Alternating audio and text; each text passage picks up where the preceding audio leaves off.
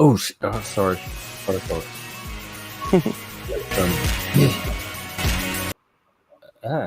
Why is it?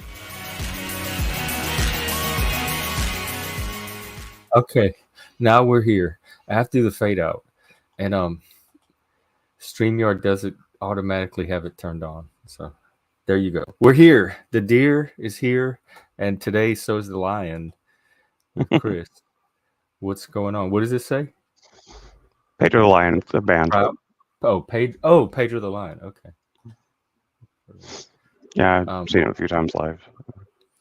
What's up today? Concert. Not much. Just slowly taking like the 3-year plan, getting this car fixed here, and it's taking a lot longer than expected too, but beat me the hell up. But it's I've now I finally got to the evaporator core, which is what took so long, and then now I got it put back together. I got that part put back together. Now I just gotta put the rest of the car back together. So I would show you pictures, but it would just like it'd probably give most people panic attacks to see it. So I don't think anybody wants to see that. Panic attacks? Why? Oh my god! I mean, what the inside of a car normally looks like. Well, it looks like the entire inside of the car has been stripped out. It looks like it exploded. Do you think the car's gonna work? Are you gonna be able to drive this car after you? Yeah, I believe so. Other people have done it. I can do it too. I'm not. I've done it. I used to repair laptops. It's pretty much the same thing as like repairing a laptop. It's just that it's a lot bigger, which sucks because it's like it's a lot. But it's about the same. I don't know how similar a car is to a laptop. I have mechanic friends. I wish we had Steve on here to talk about this. It's similar in terms of the number of screws and things you have to like keep track of. It's just like the complexity is the same. It's just that everything's huge instead of with a laptop everything's really, really tiny. You use the tiniest screws. It's the tiniest little like everything, and see, I'm going to show you a picture, see if I can find one of somebody else's, what it looks like. There's usually quite a few of them, quite a few pictures online. I could show you, see.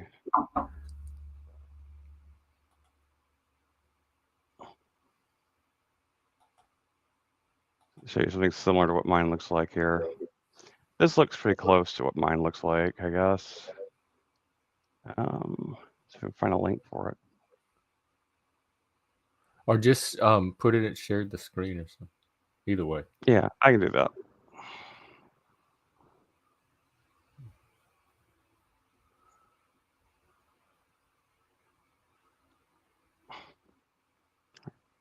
Mouse. All right. We're queuing up, folks. How's your day? How's y'all's day going? Let's see. It's hard. Is there a way to blow it up? Let me see. Full screen layout. There. It looks kind of choppy. It looks like when they take a car apart. Like this part right here. Can you see the mouse on my screen? Can you see the mouse on my screen? Yeah. You can? Okay. So like this part right, this is what you're trying to get to. This is what it looks like about halfway at the halfway point. And then so now all of the steering wheel and all this stuff and all of this stuff here, this has all been pulled out. But it's also you can get to this part right here. And then once you get this part here, you have to take this part out and you have to take it apart and then replace. It's just like this one little, like, it looks like a little tiny radiator. It's like right here in the front. And you have to split that case in two and slide the thing out, disconnect it, and then put the new one in. And then that's all. So all of this, you have to take out all of this just to get to that. It's a pain in the fucking ass. How do I? Yeah. Okay. Well, May is Mental Health Awareness Month, and we're going to start trying to talk about more mental health topics every day, at least for the next month. So what I want to know, we thought that self-care would be a good topic today. Did this help your mental health, or did it increase? No, it did not. So was it a form of self-care, or did it did it increase the need for self-care? Probably increased the need in this case. but it was, this wasn't an act of like, it wasn't like something I just like, there's no way to afford anyone to pay to do it, and it had to be done. And what's the price of the air conditioning? Yeah, it's like the air conditioning doesn't work at all. I mean, it's really hot here right now. It's extremely hot. You're cutting in and out for some reason. Okay, I don't know why I'm cutting in and out. I don't get it. Like, I even have like, I had the connection drop earlier, and I mean, we hear you. that's It's my just internet. like the articulation is coming in and out, I guess, or it's compressing your syllables. Are conspiracy theory believers? Well,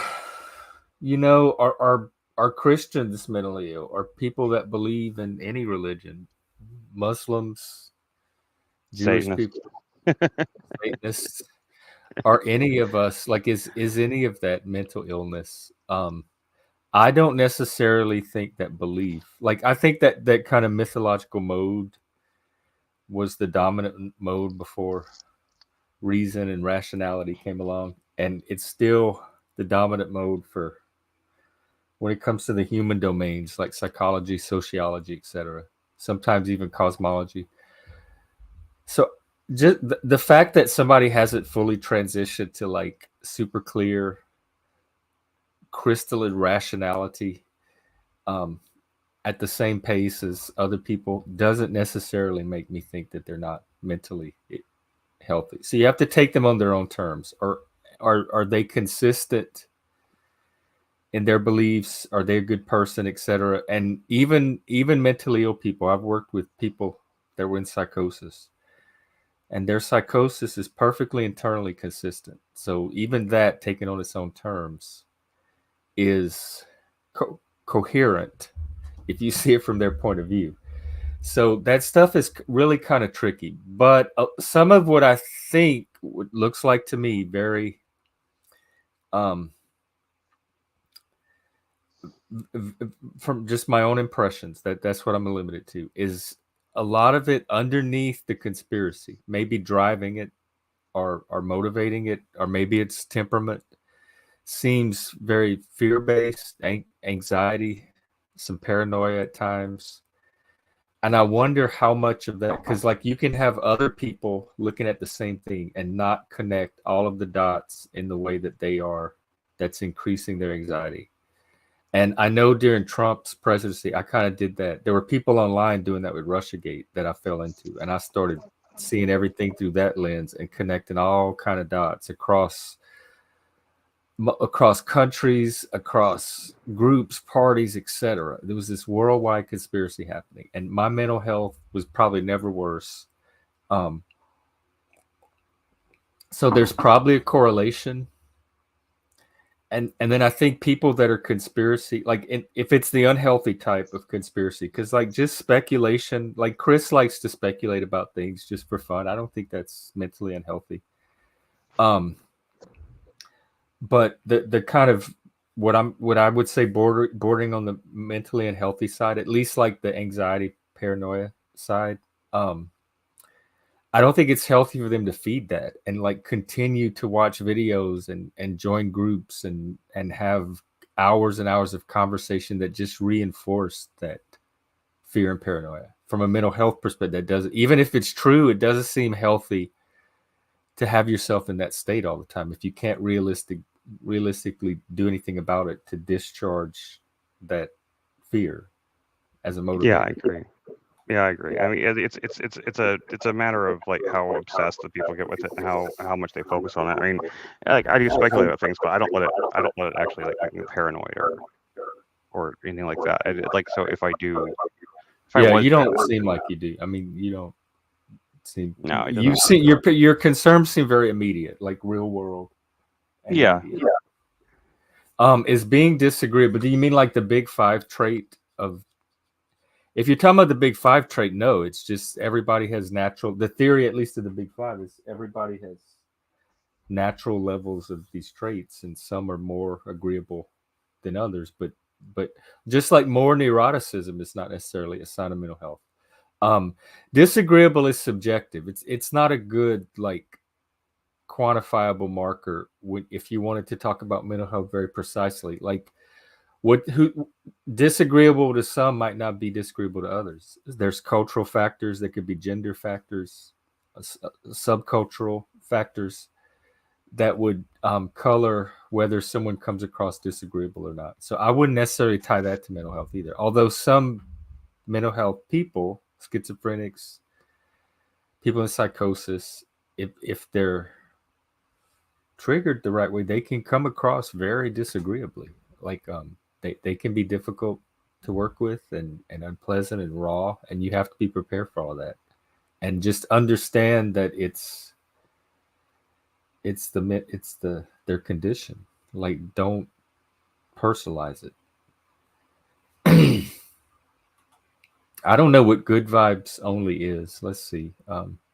It's just No, people definitely. that Well, I'm definitely not good vibes only. Like I know I'm the one trying to point out all the bad shit to other people that like the shadow side of people in life.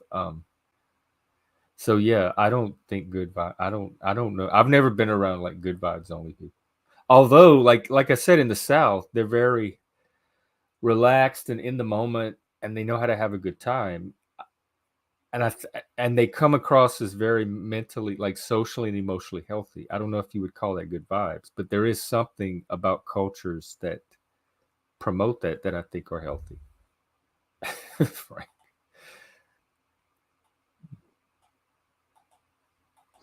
Yeah, I mean, I agree. I think that I think what they're talking about when they say the good vibes only type people are the people that feel like whenever people are like the people that complain about like the same people you complain about up there that like that if they feel threatened or they feel like they don't get a good vibe off somebody so that they feel It like seems it's like an entitlement, encroachment. Yeah, like very sheltered. Like it would only happen in very sheltered environments, but a sense of entitlement to never encounter or feel anything unpleasant and encounter yeah, any unpleasant stimulus and never feel any kind of unpleasant emotion. And never anytime feel they do, challenged. their entitlement is being violated. And there's an adult around to set it right for them and smooth the path with like silk for them.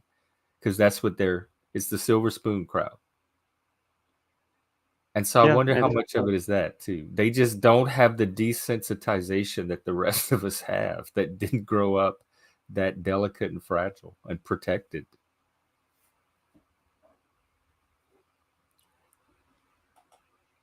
it's off the negative topics Well, real we quick. stopped all the talk. So how's that, Frank? What do you want to reset with? But seriously, if you have mental health topics, questions, stories, concerns, it's open panel. Anybody can come up.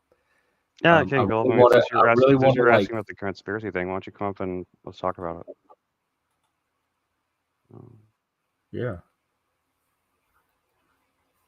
It says we have 7 viewers right now, but I don't see And we got some on Twitter. Usually I double that number because there's usually the same amount on Twitter, more give or take. So Let's reset with Sexy Frank going to a live stream. that sounds good to me. Does that mean you're leaving? Does that involve you not being here in the chat anymore? What are you gonna stream this time, Frank? What are you streaming today? The same thing. Was it Ghost Recon Breakpoint? It's called. Yeah, it's people that can't cope with hierarchy, natural hierarchy or competence hierarchies, like hierarchy that's nobody, like not even constructed hierarchies, but hierarchies that just kind of emerge from people's different skills and abilities and capacities. There's like intelligence hierarchies, beauty hierarchies, athletic hierarchies, economic hierarchies, etc.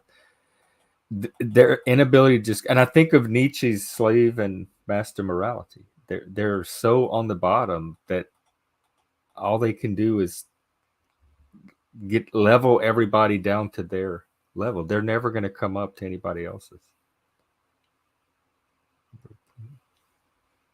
I don't know. I've visited a few times, Frank, and I was sorely disappointing the lack of boobs. I expected way more. I know they're doing astonishing, eye-popping things with video games these days.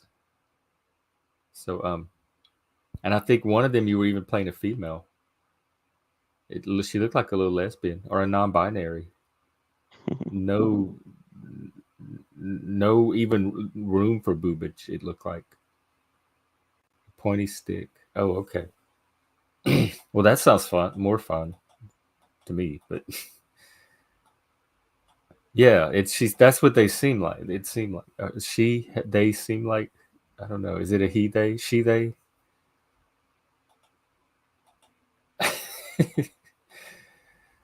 He's.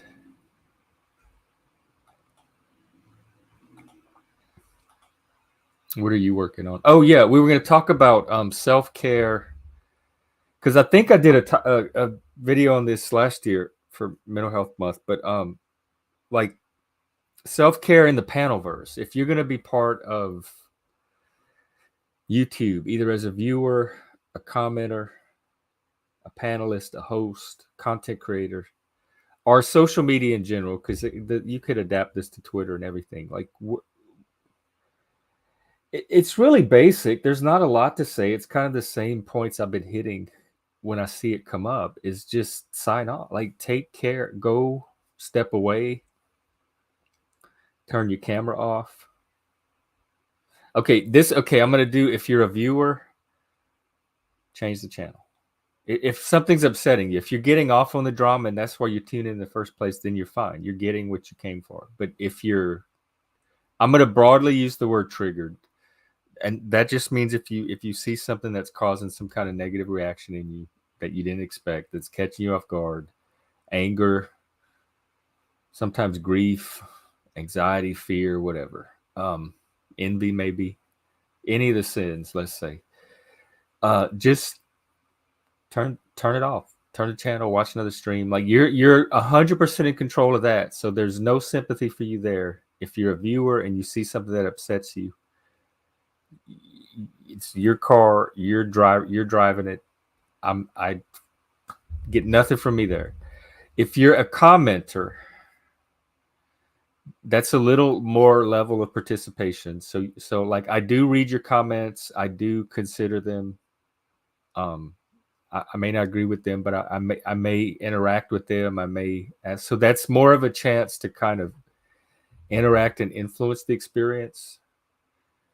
So I think that's a little more agency and autonomy. And again, if you're a commenter and you're not having a good experience, you can also go find another stream, etc. If conversation's not working or feedback's not working, and then if you're a panelist or a guest,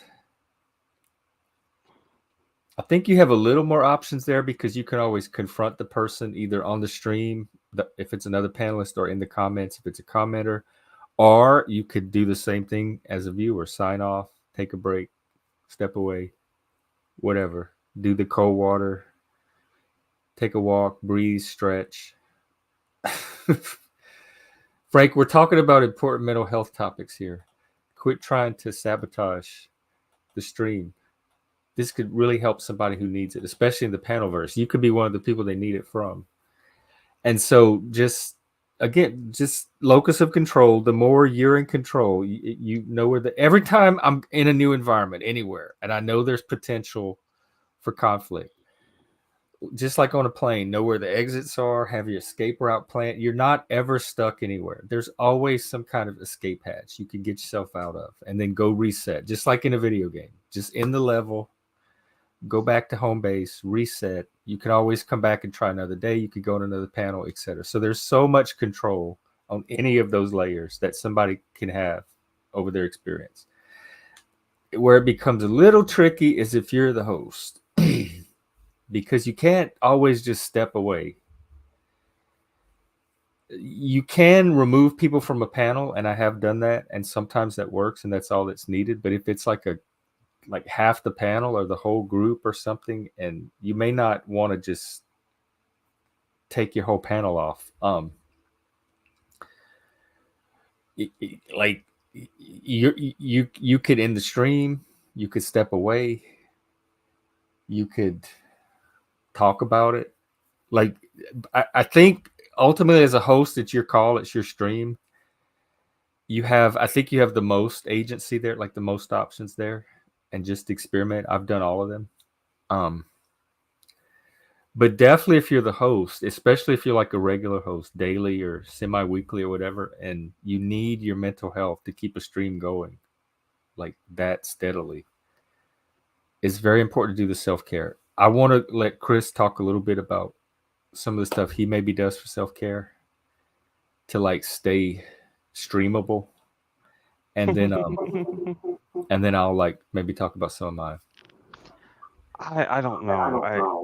I'm not the best at self care. I do things that I do things. Most things I do aren't like very conscious. I'm echoing really bad. What the hell is going on? It can't be that. It sounds okay to me, but somebody in the comments was Yeah. I can hear an echo though. I Hmm. don't understand where it's coming Do from. you have anything on? No, I don't, and I have the headphones on, so I don't have the YouTube tab open. I don't have. Oh, Frank. I've got everything. Severe echo. I've got echo Well, cancellation. we're gonna troubleshoot. Philip, I think it was, had a question about the microphone. How does your mic cord get so stressed? Is I that don't have a mic cord. is it something It's to Bluetooth. Oh, it's Bluetooth. Yeah. Yeah. You be the judge. You be the judge, Frank. Let me check your settings on my end. Oh, go. You have to go off on mute. No, they're set at. They're actually a little low, but they're set around normal levels. Echo cancellation's on. Reduce mic background noise is on. Should any of those be off? Yeah, I've done all that. Still echoing. Turn off. My oh yeah, no, it is. You're absolutely. Is my sound coming in weird? I need a new card. It's going out. I was mute on stream the other day. If it's affecting the sound, let me know. I can switch to my headset, and then I'll Test. It's still echoing. like get a new card at some point. I'll just switch back to the webcam. The sound is okay. If that changes, let me know. Because you're right, my card is distressed. It's like 4 years old. You sound good to me, Chris, but I'll leave it to the audience. Can you guys hear it now? It's still echoing. It's a little watery, like through a can. Yeah, it's coming through the. It's going to switch back to webcam as the microphone, but I can't figure out like why it's doing this.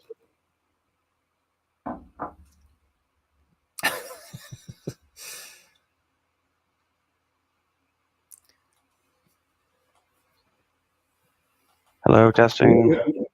Oh, that's a lot better. You came in big and manly there. Yeah. That was a daddy voice. Maybe we have a panel daddy after all. Hello. I don't know. Yeah, that's your radio voice. Hell, use it. We're almost halfway there. We're losing subscribers. I didn't know you had that either. That and some. We need a co-host with the boobs. Like all those people had like some big boob co-host with Howard Stern and all those people. My dad used to work at a radio station, so I got really good at doing the radio voice, I guess. I don't know. Hello, this is Chris and Jeff coming into you from Exile Quadrant in the sector of the panel. Outliers in Exile here.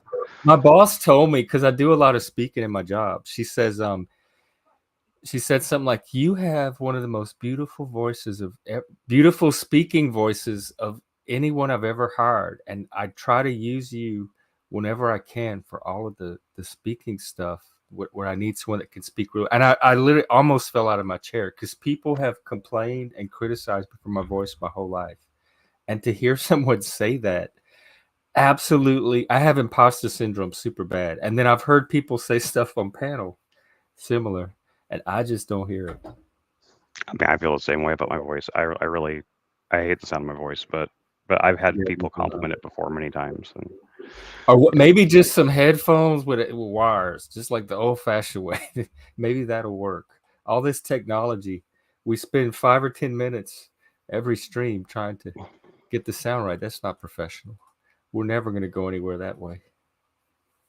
I mean, I do have professional microphones and stuff like that. I haven't bothered trying to set them all up because I don't really have a good way to.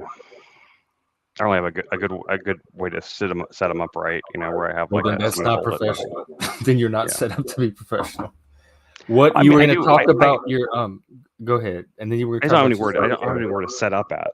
That's all. But yeah, no. Okay, so mental health, self care. Let's see. I mean, I am terrible. Honestly, at self care, the self care things I do, I don't really do as consciously as I would like to. I'd like to be more conscious of it and stuff like that. I mean, besides making sure you're actually going to the doctor and making sure you're getting medication that you need and stuff like that. Then there's just That's a good point. There's like levels of self-care. The physical one is super, like if you can't do any of the others, at least keep up with the physical level. And then you can work on the emotional, the mental, the social, the spiritual. But at least the spiritual and diet is super important, especially if you're in a funk.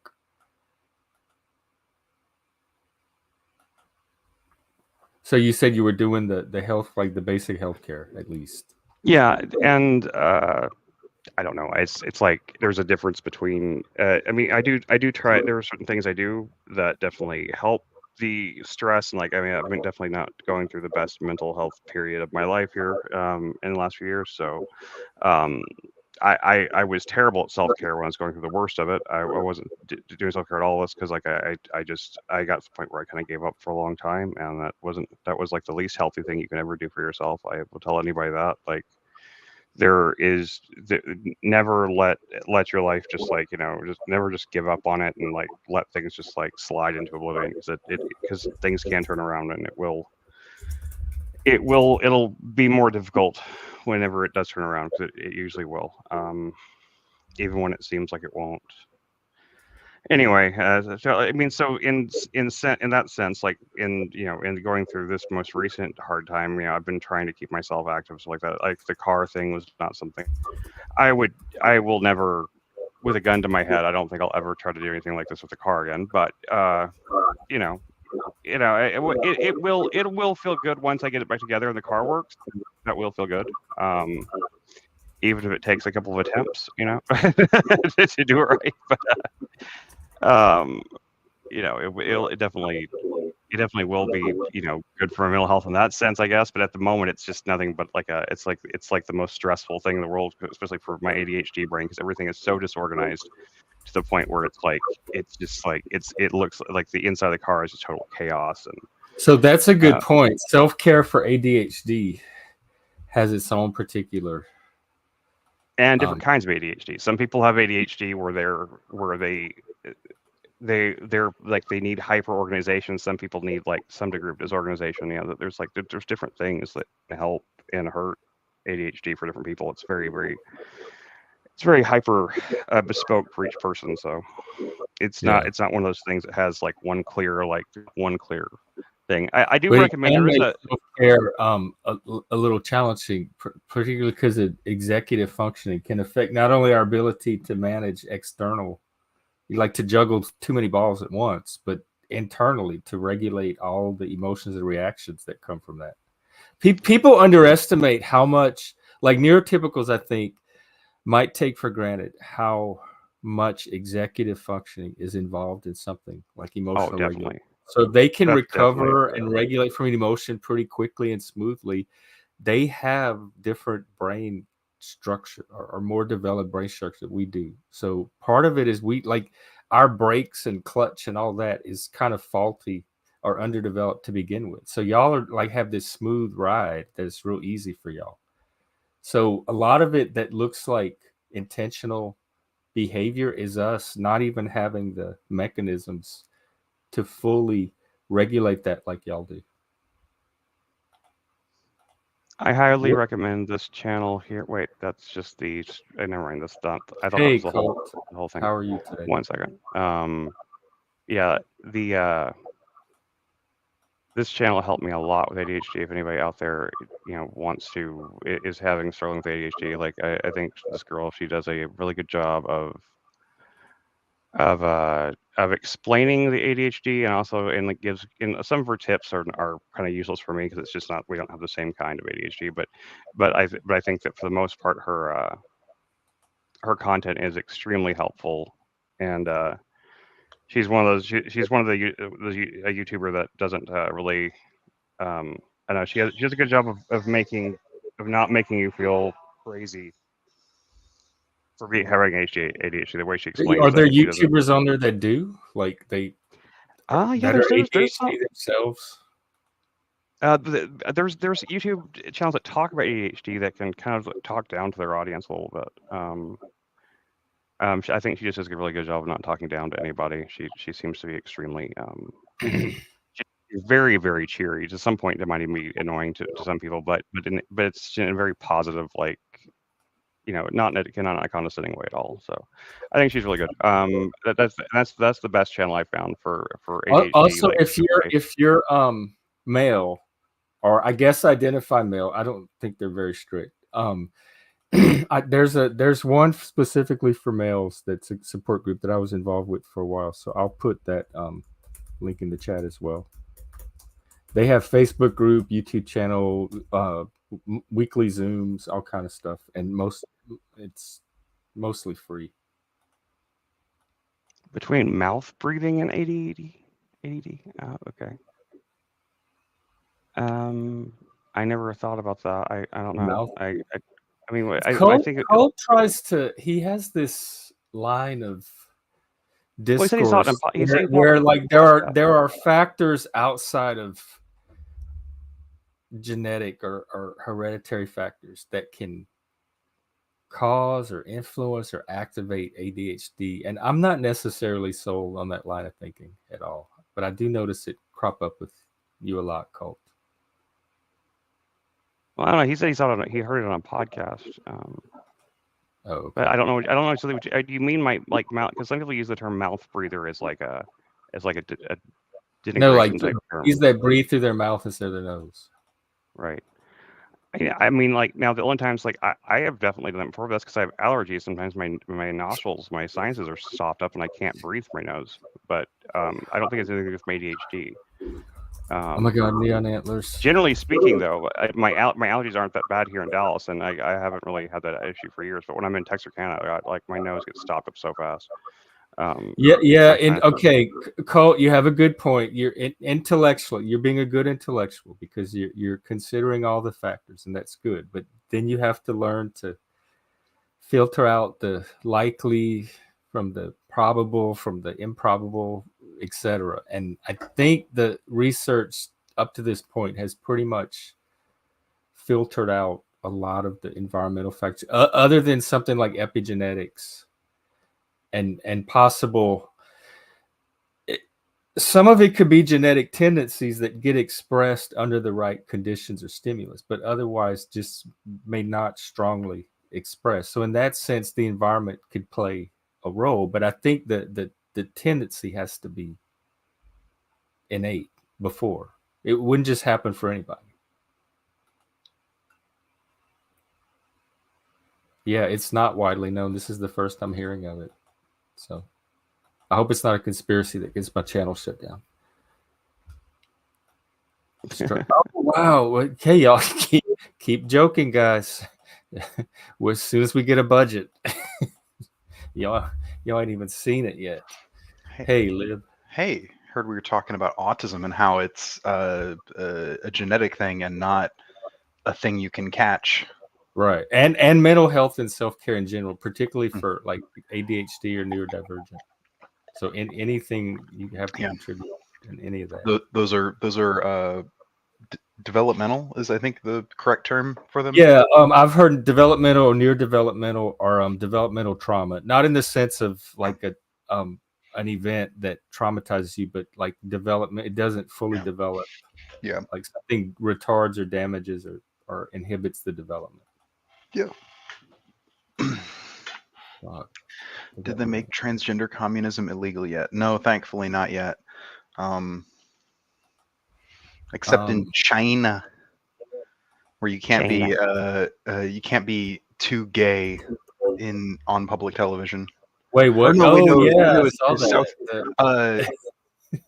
Or was it South Korea? Hang on, I can't remember. It was either China or South Korea, and I cannot remember which one. It honestly could be both of I them. think it was considering- China. They I mean, outlawed like femininity and men. I know China did. I think South Korea did too, though.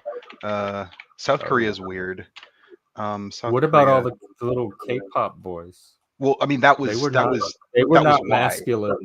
No. That's why. That's like the concern is so now they have to there's butch up their K-pop. well, South Korea is weird. I remember reading about basically the incel movement in South Korea is like really, really big. Like it's an actual movement there. Yeah, no, and like they have like this whole thing where like because they've gotten like companies to bow down to them. There's this thing where okay, so have you ever seen people do like where they'll like put their fingers together like and like really small as in like talking about someone's penis size? Oh, Like like they'll this? yeah, like that. I don't want no short man.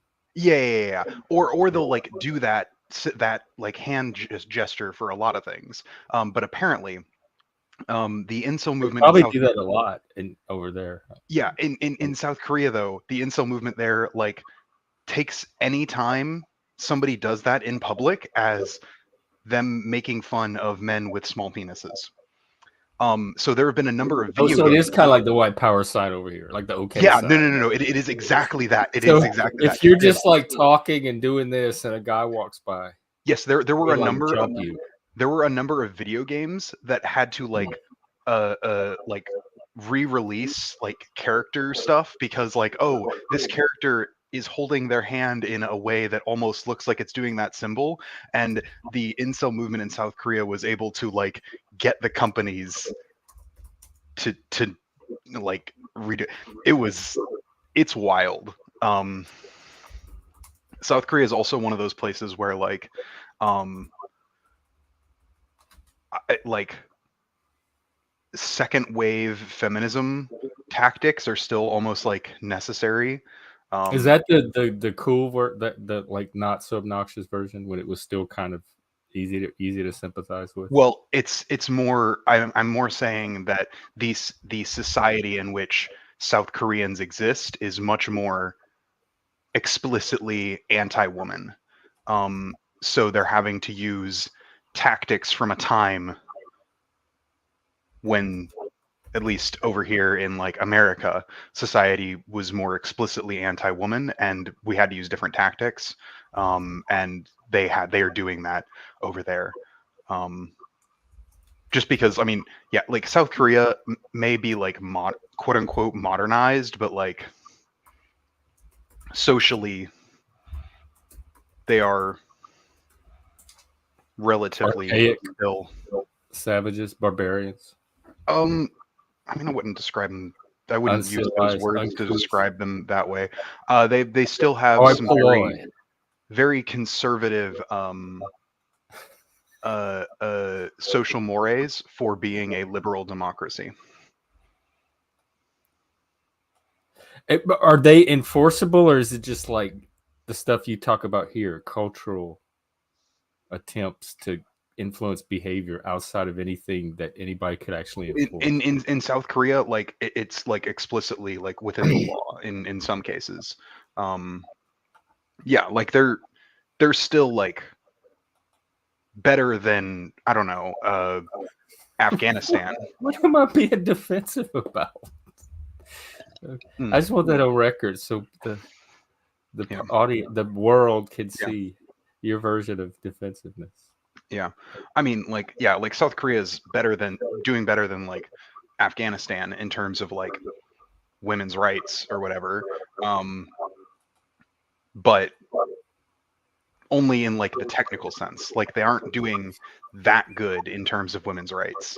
They're just doing better than fucking crazy Islamists. Let me grab it first. Lib did a stream that he did the lion. He played the lion the other day, I definitely lion. and Frank and I watched some of it. And I'm gonna keep playing the lion because I think I can kick the shit out of the Eastern Roman Empire now that you've got a been line. wanting to bring down an Got a line. empire. This is perfect for you. Yeah. Work it Well, out. I'm really upset because apparently in this game the Huns came south to Egypt and they razed Alexandria to the ground. And I was looking on at like trying to capture Alexandria, but they just completely obliterated it instead. So now I have to take a bunch of time and money and effort to like rebuild this city. Hang on, I'm being trolled in the audience, and I have some gaslighting to take care of real quick. Cole, I commended you for looking at all of the factors. If that's going after you, I said you're actually being a very good intellectual by considering all the factors and then learning which ones to prioritize and stuff. That's what I said. So, and so my pattern is this, whatever is. I get accused of that by you and Denizen a lot, I noticed, but pretty much only you and Denizen. All right, I'm sorry, Liv. Go ahead. No, I'm done. Okay. I was just saying I'm irritated because the Huns did something in the game about the Huns. You're I gotta figure- irritated that the Huns did something in the game about the Huns? Yeah. Is that an indictment of you or the game? Oh, that's an indictment of me. Okay. The whole point of the Total War Attila is, hey yo, the Huns are invading Europe, and if you're in Europe, you're fucked. I just was not expecting them to come south because normally they keep heading sort of like. Oh, you were like playing off a real history, like how it. Well, went I mean, down. not even just real history, but like in the game, the Huns typically just move, sort of like into more Central Europe, relatively early on, whereas in my game, apparently they decided to go south along the northern coast of Africa. You know, though I think. Well, I hope the lion wins. At least you and the. I'm gonna be in a good spot now that once I retake the sort of like that Levant region and stuff, I will have enough regions that I can start having one of my regions be dedicated to like actual military stuff, so I can have what they're called cataphracts. Basically, they were the ancient version of tanks. Because there's dudes on horseback, but you have like super heavy armor for the horses and super heavy armor for the dudes, so they're basically like invulnerable or whatever. Yeah, and I can get not only can I get cataphracts, I can get camel riding cataphracts, which are worse. Cataphracts. Cataphracts, yeah, a cataphract. It's so it's a kind of soldier. The idea of them came from the Persians. Basically, it's a mounted soldier who is super heavily armored, and their horse is super heavily armored. Are they sexy or not? I mean, hang on, let me. I'm looking at them now. That is way too much work to take off. Right? They are useless. They could stay on their horse. Oh yeah. My God. No. But cataphracts are really good in the game because they're just, they're really heavily armored, and you can just smash into infantry over and over, take very few casualties, and you just have these just unkillable dudes on horses. But in my case, they'll be on camels because I'm Ethiopian, so I get camel riders, which are good in some ways and bad in others. The bad thing is that camels are much slower than horses, but the good thing is camels scare horses. So, and they have water. Like you don't need water. They don't need. They can store. Yeah, but that's really only good in like the desert. I thought that's where you were. Well, that's where I am right now, but I'm probably going to be going up into Anatolia, modern day Turkey, just so I can finish off the Eastern Roman Empire. Just because they'll be very irritating if they stick around. So I need to kick them off of my side of the continent, and then probably deal with the Sassanids at some point. That'll be horrifying. How long did you stream the other day? Oh, just a couple hours. Oh, okay. I'll probably do the same thing a day this weekend. Today's Friday, right? Yeah. I'll probably stream to maybe tomorrow morning, actually. I do have some errands to run in the afternoon, but might just get up like 8 or 9, stream then. I'll probably set up a stream, set up a thing tonight, and instead of doing what I did yesterday, which is set it up literally 10 minutes before. Yeah, but I understand the impulse to do that too. Yeah. Amazing Lib plays war games, but hates Israel. I mean, yeah, I don't really see any issues. I mean, this is I'm literally playing. I don't like think that if I were doing the things in the game in real life, I would morally condemn myself. Like, I don't think you understand, Chuck. I'm going from city to city and sacking them and killing all the captives. Can you imagine? Like, I'm absolutely doing things that I I've think never are heard you morally- more excited. Honestly, this is. Well, because it's a video game. Like, there's no real stakes. You know, like what I'm talking about is like pixels on a screen. You know,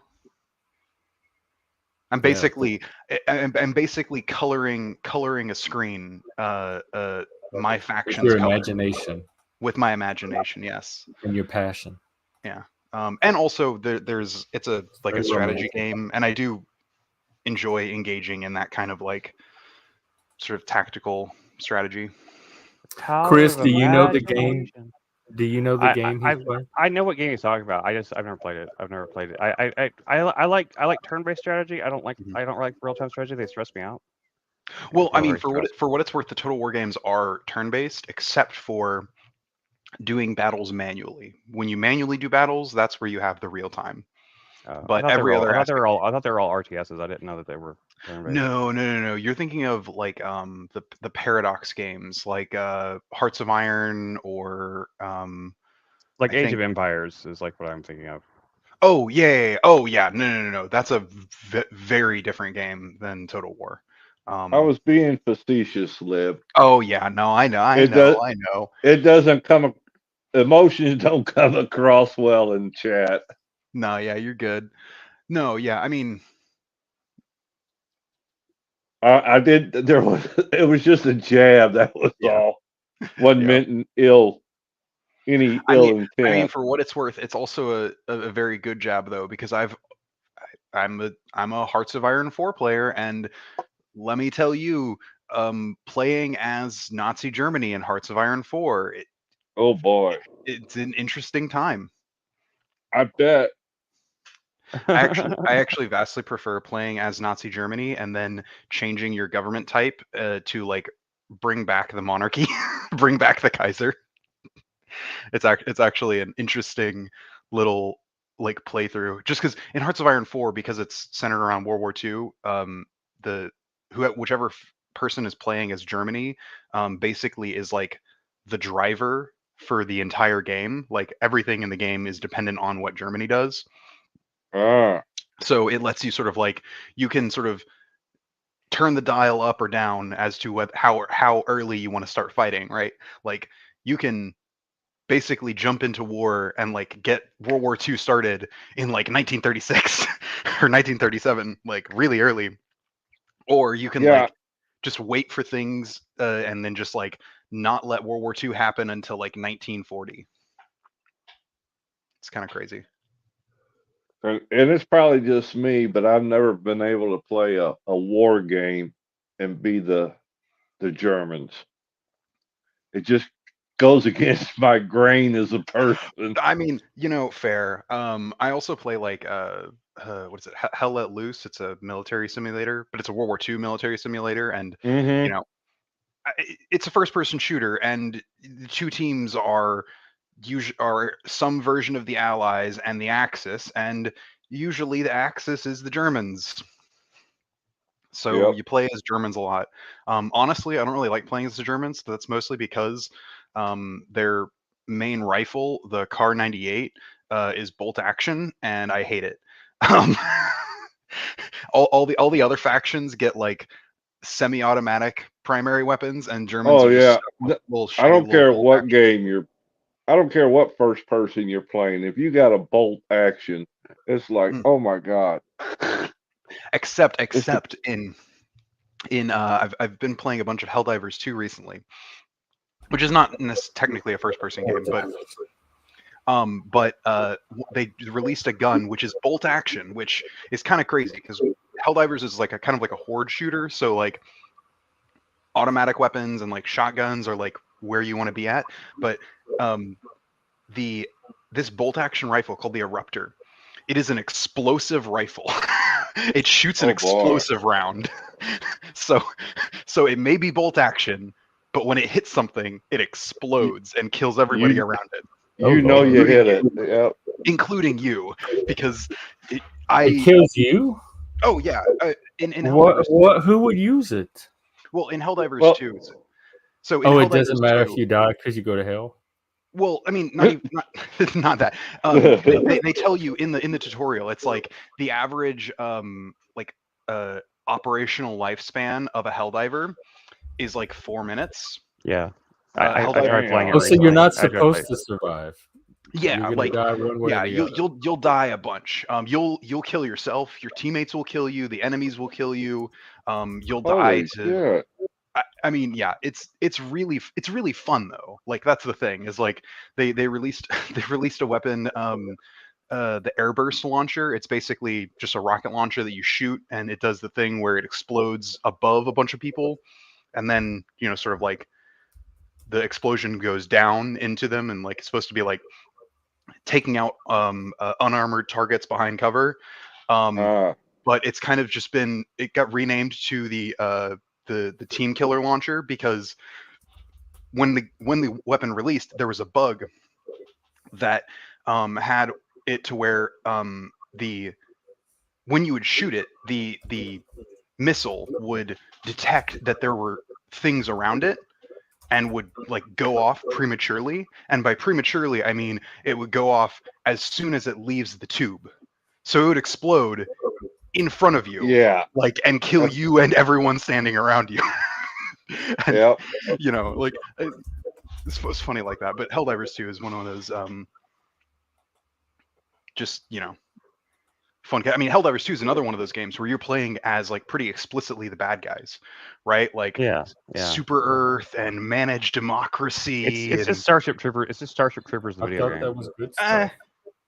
But Managed Democracy, no. Managed Democracy in Helldivers 2 is Well, I'm encouraged that you're not. That you consider that the bad side. by Managed Democracy, what they mean is you don't vote, you input, you go like take a test that an AI gives you, and then the AI tells you what candidate you're voting for. That's what old. What's the point of PC even having game. me in the process? that's the point. It's a satire of like, well, I would argue Helldivers 2 is actually less of a satire of Starship Troopers, and it's more of a satire of America post Second Iraq War. Like literally, one of the lines that they'll say is like, "You have protected our way of life." Like,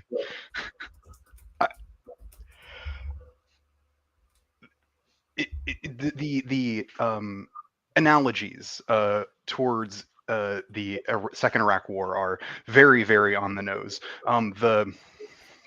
The bugs that you fight, they're used to process a thing called E710, which if you flip 710 over, it spells out oil. And the bug juice, the bug juice they use to like power their ships and stuff like that, it's pretty on the nose. What were you saying, Chuck? you ever play an old PC game called Conflict Middle East Political Simulator? No, but that It's I a, mean, it, it's it's an interesting game for what it is. You're Israel, and you gotta survive all your neighbors. What's it called? Life Conflict. conflict. Let me see if I can look oh, at I feel like okay. I've No, played I that see one. what Middle you're East Political Simulator. simulator. Yeah. I've even had some of the expansion packs. It was an old DOS-based game. But you were Israel, and you had to either make war or make peace with your neighbors. It was interesting.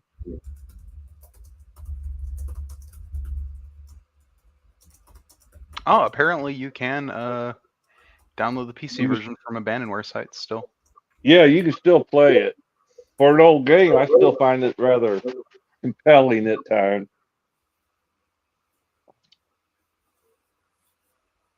Interesting. Most of the time, I end up getting assassinated or overthrown Yeah. because I The- make the- the wrong decisions. That happens. There's oh god, what's You know, the you drop a nuke on Egypt, and then the rest of the world turns against you. I just don't get it. I don't get it. Why would they be upset? I'm telling you. I mean, for what it's worth, I do that same thing in like Sid Meier's Civilization. Yeah. I will bum rush nukes and then make an army of nukes before someone can establish the World Congress and ban the nuke. Yeah. the nukes, and then I will just nuke all the I other thought powerful that was countries. your people.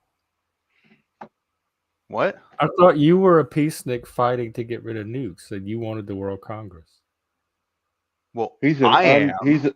He's a closeted nuclear guy. You Are you know? talking about the game or? I'm talking about really? the game. Okay, so I In shouldn't. all Sid right. Meier's I'll- Civilization, I'll- you will. I will try and get Wait, what? nukes before.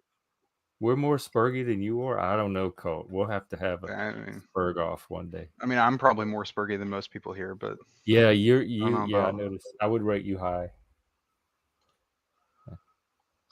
I mean that's Which is good. I mean, it's supposed partially- to. This is where the partially that's spurgs are just supposed like to be. yeah. I hope Partially they're that's just spurged because out like there. I will allow myself to be different levels, but yeah, I mean Are I you went spurging to right now. yeah, I mean I went to a lot of therapy as like a kid Really? to like yeah. Well, I mean in middle school, but Did that would feel like conversion therapy to me. Like, don't talk about this stuff around normal people. type of oh no therapy. that wasn't how it was. It was mostly just how to basically how when I want to or when I need to, how to not come off as spurgy, basically. How like do you know when you're? Oh God. Okay. I need a refill. I definitely want to have Yeah. this conversation. Also, self-care tips, both from you and Chuck, a veteran of the Panelverse, is going to have a lot of tips on how he stays sane through it all. So I'll be right back. Feel free to talk Okay. amongst yourselves. Did he say keep sane? Ha! yes, I was say Chuck's gonna tell us how to keep sane. Woo-wee. Yeah, good luck on that one.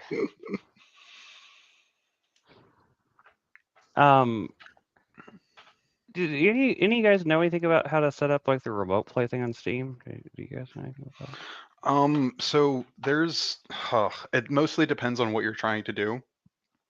I was trying to figure out how I could set up for like the Dokapon Kingdom game. They have it Oh, on here. for and I don't know. tabletop? I don't. No, it's for it's just like a I guess it's similar to a tabletop game, but it's just be a funny and play on stream. Like it'd be a good night stream thing to do. I just was trying to figure it out how to like I don't even see the options. I'm just trying to figure out like how do you even do this? I don't know. Oh, I mean, Well, getting back to mental health. Yeah, sure. Okay, how did you phrase it when you're coming across too spurgy to other people? How do they tell you? So yeah, I'm being a little facetious. And then I would like, say, well, I am a spurg. Like what's too spurgy when you're a spurg? That's I'm sensitive to that because of the gay thing, where people were like policed how gay you came across, and people like went out of their way to mask. What? Yeah, no. Yeah. I think like so for me in my situation, what it was when I was in middle school, I was bullied a lot, and I had trouble sort of like keeping and maintaining friends, and a lot of that had to do with like the fact that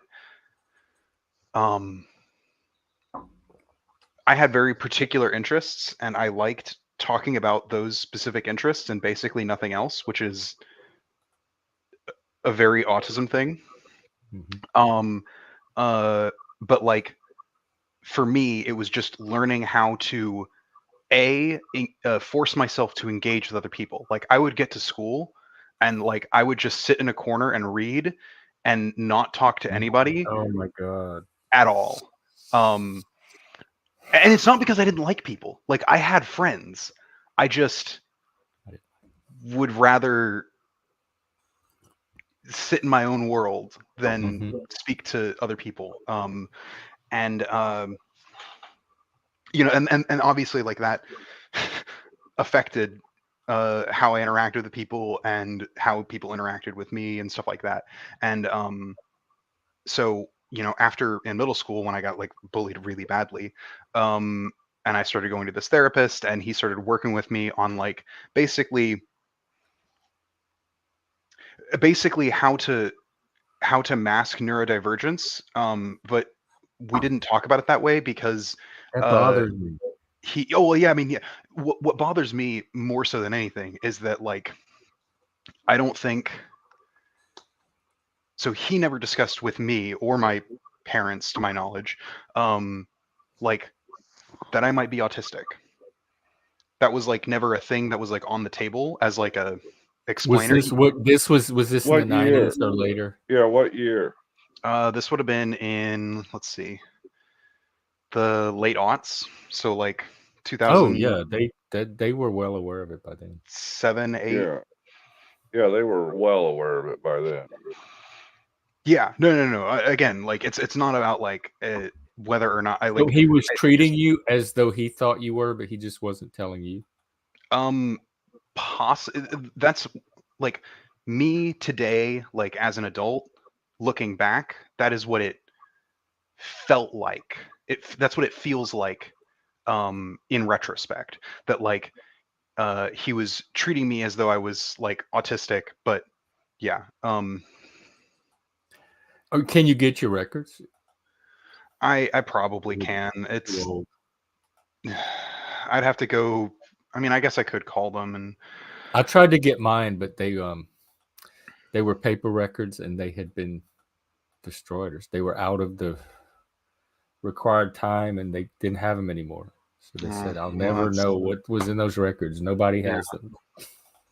I guess I could go ahead and get. I mean, the thing is, like for me, I don't really know how useful that kind of thing would be in general. Like I think like mostly autism. It keeps you and your therapist on the same page. For what I recommend everybody periodically get their record, their notes. Oh, I mean, yeah, like that's a big thing. I just like, I don't know. I feel like, for me at least, like the idea of like I think You know. it would be useful for me potentially, but I also don't have like a therapist right now, so yeah. Well, just the childhood one I'm talking about, so you could get clarity on what actually happened if you needed to. Hey, Steve, I was wishing for you, and I forgot why. I don't know. Oh, because of my car. Oh yeah, Chris's car. He 5-gallon can of gas and a lighter. What's wrong with his car? I had to. It's a Prius, and the evaporator went out. And in order to get the evaporator in it, you have to take the entire dashboard, and basically the entire front end interior of the car has to be entirely come out to get to the evaporator core. And it's a major deal. Yeah. And I probably shouldn't have. That's a shitty thing, dude. but I mean, it was either all the quotes I got, the lowest quote I got from anywhere was $1,400 to get it fixed. So it's just way too much money, and like the part itself was only $100, and I had the part for weeks, and I thought, maybe like we get an answer to disability or something, maybe I would be able to pay someone to do it, but that wasn't happening, so I just decided to try to do it, and I probably shouldn't have, but now. You should have found a shade tree mechanic to do it for you. Yeah, that would have been nice, but I could not. I don't know any, so. Yeah, that's shitty, dude. It's unfortunate that you have a Prius because there's a lot of Toyotas out there, including Camrys and Corollas, that you can take the evaporator core out without having to do that because it's a two-piece HVAC box. Yeah. So, have you watched any videos on how to do it? No, that's how I did it. I followed videos. Okay, you're YouTube certified. Yes, I'm YouTube. I mean, I used to do laptop repair and laptop. I found that its complexity is about the same as the complexity of a really trying to take apart and put it back together with Dell or something like that. It has like a circuitry issue or something like that. It's like it's around the same level of complexity, but it's just giant. It's just huge instead of like being tiny stuff. So it's very it's similar and different in all sorts of different ways. But Also, King Philip made a comment that I did actually want to sort of bring up to you. It's hard for parents to recognize autism if they've never experienced it. And while I do think that can be true, and it is true, I do also think that like parents also are some of the people who usually have the best ability to tell whether or not. Yeah, their parents know if their kid is weird. I mean, mine did. They have a name for it, but they know when you're just like a stranger when they encounter you knows that something's off. Yeah, they pick up on. Like I talked to my mom and she was like, yeah, like I used to think when you were younger that you were autistic, but I just never got tested because of my dad. So that's an interesting aspect of that comment because. We've only been able to really truly diagnose it as well as we have just in the last 10 to 15, maybe 20 years tops. Before that, it was just like your kid's slow or he's, some other fucking shit. Retarded. So like you can look back at people. It's like I got a 70-year-old friend who just found out he's autistic. It's like, I mean, not just found out, he probably already always knew, but. Oh, yeah, I was going to say, people he around knew him he was didn't know, different. Your Steve, your microphone's coming in a little watery. Yeah, he's in the bathtub. Wow. Yeah, it's because my other mic. There you go. That's a lot better. Now we got a man on this panel. Yeah. Real man. Probably not going to stay on long today. I've got stuff to do, but I just wanted to stop in and say hi and hang out for a minute. We were thinking about you the other day. There's something that I haven't heard us talk about yet, and I'm curious to see how you guys feel about it because I think this is a men's health issue, like a serious men's health issue, which is peripheral addiction. So not like drug addiction, but we're talking about things like sex addiction and pornography addiction. How that affects them. Porn addiction is probably the biggest thing for guys in America. I mean, like it is when you're comparing it to like alcoholism or drug abuse. I think I misspoke there. So there's I think it's peripheral and non-peripheral. And peripheral is like things where you're attracted to like kids, dogs, horses, animals, and then your non-peripheral are things like your normal sexual behavior that just is overriding everything else. Flow State got a good video that he found that talks about the addiction to porn, how it's an addiction. It's a real good video. Not everyone that uses porn gets addicted, though. Yeah, sure. but it's like with video games or anything else. There's something that crosses it over to addiction at some point. Yeah, there are problems with. I actually wouldn't even say it's necessarily porn addiction, though I do think there are problems with porn addiction in especially in the West.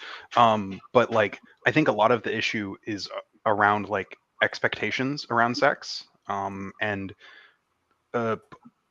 modern day pornography giving like fucked up normalizations, right? Like Only to dummies. Like grown intelligent adults know the difference. Like they can tell all that. well, I don't know okay, about that. so I mean, yeah, like let's just leave that aside, but like also let's just remember that it's not only grown adults that have access to pornography. Like Yeah. Anybody does nowadays. Yeah, I just assume that even before this social media age, even in like the 2000s, the internet age, I assumed the kids had pornography access to it. Yeah, but though admittedly it wasn't like, if you're thinking like 20 years ago, internet pornography wasn't nearly as pervasive as I remember it I- is we as it must is have been today. looking Yeah. at different websites, Lib. It I was gave there. my daughters porn when they Yeah. were 4 or 5 years old. It was easily there. Tons of it. It was driving the Okay. web. I think it was like the majority of the web economy or something was porn. Yeah, I remember one time back when VCRs were a real thing. Mhm. My mother-in-law had cable, so I bought a tape and told her to record some of the cartoons off of there. She gives me back the tape, and one day I'm watching the kids, and I put the tape in, and I walk off to the other room, and all of a sudden I'm hearing these strange noises.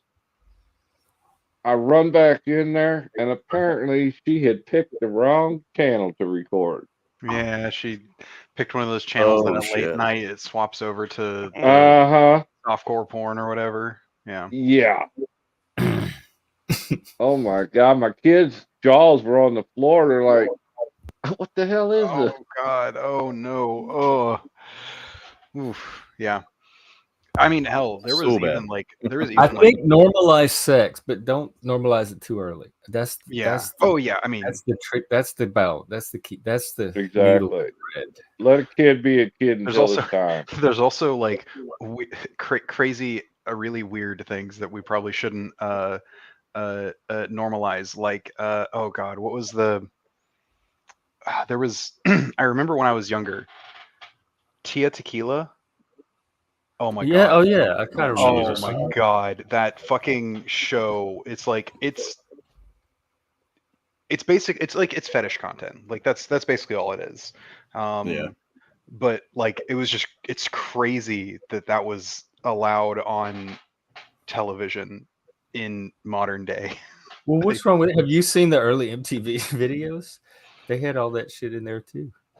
You know, Yeah. Yeah. Yeah. It was way early. I am surprised that was allowed on regular television. Like, again, I don't. It was normal. They had MTV. Billy Idol with full blown bondage, kinky Well, sex, and MTV Satanism, and everybody was listening to it. All the jocks, like all the normal adults, like, oh, Billy Idol, man, yeah, turn that. Oh, Eyes Without a Face, love that song. Yeah. And I'm thinking, how are they not freaking out about these videos? They're freaking out about stuff less than this, but because it's a Billy Idol MTV video, it's just part of the 80s milieu. To give credence to this, both the Democrats and the Republicans tried to restrict music rights in the 80s and 90s. Tipper Gore. But you know, this comment that the cult of culture is asking is a really valid question that I think we should spend some time on, because I think this is one of the most, I think, pertinent and deeper questions that you can talk about when we're talking about men's mental health and their relationships that are healthy as well. So to me, and my experience is when you have a partner, like for me specifically, it's a woman, right? When a woman can hold space with a man and not make him feel like a piece of shit for being emotional, and to as far as like sex wise is concerned, be open-minded and be willing to explore sexual fantasies with your partner without making them feel gross or nasty. I think you really do build a very, very deep level of intimacy with your partner. And for men, the one thing that you can never do is you can never disrespect them. You just can't. Because it kills us. It really does kill us. And we start seeking. as a behavior, just in general, not as an emotion. because what's going to happen is if you belittle your husband, or you make him feel inferior, or you make him feel nasty or dirty or gross, where do you think he's going to fucking go? He's going to go somewhere where he doesn't feel nasty, dirty, and gross. And you really want to have that relationship with him where you can have really deep discussions about, like, hey, sweetie, I was thinking about, I really want to do this. What do you think about that? And another aspect of that too is of that very great question is, how do you do this, and how do you watch porn without objectifying the body of the person that you're with based on the things that you've seen? And I think the best way I can advise people to do that is to, especially men, for, specifically, I'm speaking to men, is you have to look at your partner as a human being and remind yourself that they're a human being. They have feelings, they have emotions. They might be grossed out by something that you want to do. That's okay. There's nothing wrong with that. There's nothing wrong with her, and there's nothing wrong with you. I do think that, I actually do think I agree with Steve. I do think that men in particular in society have a particular problem with, like, where, like, their sexual desires will be seen as something deviant or gross. Yeah, I mean, for what it's worth, women, especially in, like, very religiously conservative areas, also experience this same kind of thing, where, experiencing pleasure from sex is seen as, like, deviant. And so there are definitely women who go through this as well. But I do think, just broadly, no matter, like, what political leanings or religious leanings you're growing up with, men's sexual appetites are seen as, like, bad or deviant or gross, in a lot of ways. And I think that obviously that affects the way people view sex. And on top of that, your partners in your life need to realize that men's sexual attraction comes from problem solving. That doesn't mean be a fucking problem. Yeah. Okay. That means you talk about the thing that you want to do, and you figure out a way to do it safely. Yeah. As safe as humanly possible. Because I think we need to remove safe from the concept of, like, kinky sex, but being safe as humanly possible, and acknowledging the other people, the other person's feelings, and men, you need to do this for your wives too. But the whole point that I'm trying to make here is that when you make it a partnership and you give your husband purpose, you will be fucking amazed by what you can get him to do, but also how it will transform your relationship. Because the more giving you are, so here, I have a saying. So women are multipliers. So you give them something, and they will multiply it. You give them sperm, they'll give you a child. You give them a house, they'll make you a home, right? Men are a little bit different, I think, from my perspective. Men are mirrors. We mirror our environment. So if women are multipliers and men are mirrors, what you give your man, you will get back just as much, if not more so. So understanding that too. So, but I'm kind of stuck on this other part though, is like, how do you not like physically objectify the people that you're with? Well, what I find is when if you're just having sex per se, if there's no emotion, no true intimacy involved with the act, I think that would causes the man to objectify the person he's with compared to, let's say, one of these movies you're talking about. So everybody should be demisexual. That's the solution. What the hell is that? Well, I think having an emotion, you don't get. I'm demisexual. I don't get turned on unless that emotional connection is there, or that psychological connection. I can't sleep with a stranger. Okay, yeah, that makes sense. I have to know the person and have a connection with them first before the attraction. I'd like to caveat.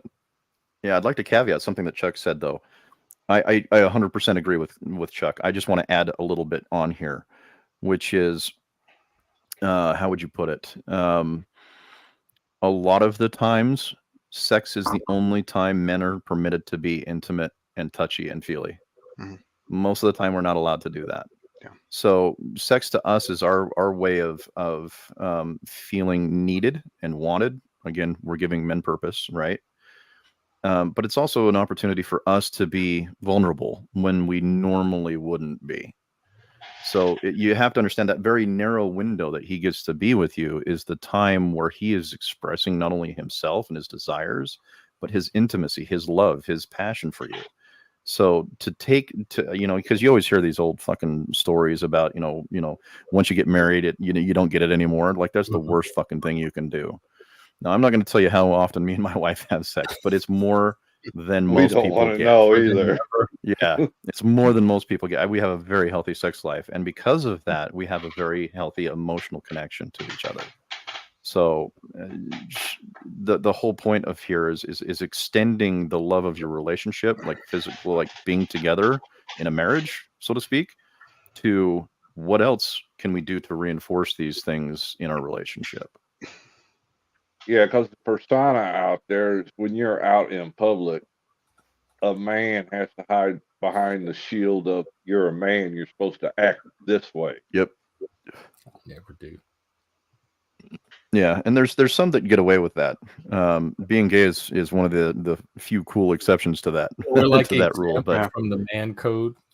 yeah, for most, most of the I mean, most of the time, men, it depends on whether or not you're comfortable with PDA or not. But I mean, men will oftentimes hold their wives, hold their hands, touch their butts, whatever it is. It's kind of like constantly claiming our property, so to speak. I did that once, but it wasn't my wife. Oh. I like that. Yeah, no, I like PDA, like the sort of like, I guess, like the acceptable versions of PDA, the holding hands in public, the sort of like cuddling in public. I don't know. I think that kind of stuff. There is a dragging line, your boyfriend around in public, leading him around on a leash, all that stuff. People should do that more. Huh? No, it's a joke, kind of, but okay. Kind of sort of. I mean, I do unironically think that if more people sort of were publicly affectionate towards one another, I do think that would. But there is a point where it crosses the line of. Well, yeah, I'm talking about though, like these kinds of like sort of more innocuous things, people holding hands or just like sort of. When did the world become so cuddling? prudish? It always has been.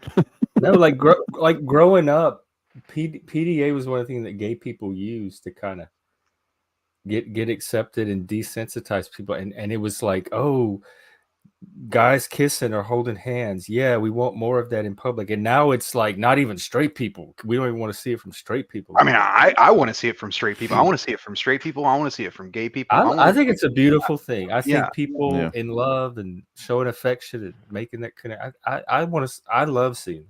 I've never Dude, seen. I've never understood the big deal about why people get upset about it myself. Same thing with people get really hyper upset about women breastfeeding, and so. Yeah, and that's just like a prudish thing. That's like people who like actually are real people who have actual opinions that are real, don't care about women breastfeeding. So it's a really amazing opportunity. A couple of years ago, when I was still turning a wrench, this had to have been like 4 years ago, and it happened during Pride Month, which was really cool. Mm-hmm. But I was on my lunch break. I went to a Chinese restaurant, and I was already sitting down. I was already eating. I was already halfway through my meal, and I see these two guys walking in, holding hands. But the closer they got to the building, once they got to a certain point past the cars, and they had to cross like the little part, the driveway at this strip mall, they stopped holding hands. Yeah. And started behaving much more like two dudes going out to lunch together. And so what I did was I actually bought their lunch. Yeah. And I left them a note. I said, be loud, be proud. So they got their meal for free, and they got reinforced. Their relationship got reinforced. Yeah. Were they insulted that you thought they were poor? That's the only. No. It was the whole point was like, hey, you should be proud of who you are. I'm proud of who you are. What year was this? 2020, 2019, 2020. So like right before. Oh my, Yeah, Chris, somewhere in there. Steve, I'm so proud to know you. That is so based. Yeah, but like that's Thank you. unimaginably based. Like, because like I know at least for me, like when we went back to Texas and when I've lived in sort of Tennessee, being like a visibly queer couple, or yeah, it doesn't always like you're not always like sort of like on the lookout, but like there are definitely places and times when you just kind of are a little bit more on edge about those Yeah. kinds of like PDA, just because of like places. Like there are definitely places in my hometown where gay PDA not cool. What are some of Probably those places? well, so there is a very conservative neighborhood called Orange Mound, that is, in broadly speaking, just a very dangerous neighborhood altogether. But there have been a number of like gay people who have been assaulted for being openly gay in Orange Mound. Wow.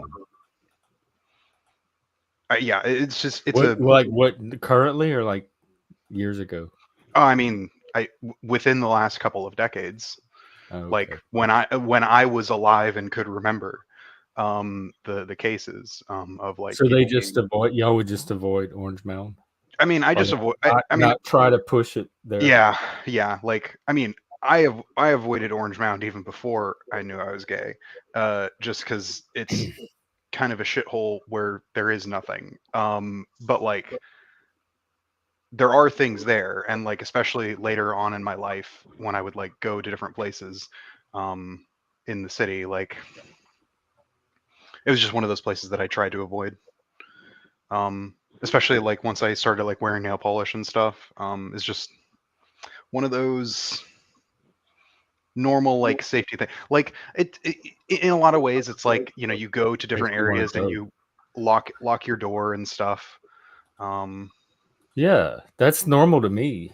Like if Yeah. you're in anywhere in the city, like locking your door is normal. But some people complain Well, about like, actually, I actually I don't think so. So I think depending on the area, like in Memphis, there are certain areas where you don't lock your door because your door being locked will not actually deter people from stealing shit. It will just mean that they're going to, in addition to smash the stealing your window. shit, smash the window. So you leave it unlocked and you don't leave anything of value in your car. Yeah, I'm with you, Then Dan. well, that sucks. That's for sure. Yeah, it's just like, better accept I'm XYZ or else. I mean, it depends on what the or else is. If the or else is I don't want to talk to you, I mean, that seems like We almost don't even need the or else. Just better accept. You can't. They can't. That's the tactic I'm talking about. It's so obnoxious. They can't control whether somebody accepts or not. They're just bullies at that point. I demand that you accept me. No, nobody's in control of that. Like I'll accept you when you convince me to accept you, and this is not what's going to do it. well, sure, but that's like you're allowed to do that, and then they're allowed to. Right, they're allowed to take this stance, but it's not going. It's gonna produce the opposite of what they're So that's saying. your When that is your opinion, gonna sure. cause less accept. Is going to Well, decrease. I mean, acceptance. how often do you think that taking that attitude has actually helped anyone gain acceptance, though? I mean, I don't understand it. I don't understand why that's a tactic nowadays. It's never. I knew when I was like 8 years There old have that there have doesn't been a work. number of times where that has been Bullying a people and tactic. intimidating people. Long-term change. Yes. but Um, but yes. I don't believe that the people that are quote unquote accepting you at that point, I don't think they're really accepting you. I think they're just kowtowing to the bullying humoring you, tactics. so you They leave just them don't want to alone. get yelled at, so they're not Well, I really mean, accepting yeah. anything. Yeah, but like the point isn't that like they internally ideologically agree, because they probably But that won't. should be That's should what be the goal, acceptance though. is. It's an internal Yeah, process. acceptance. It's an It's like internal external cognitive acceptance shouldn't even shift be or like act.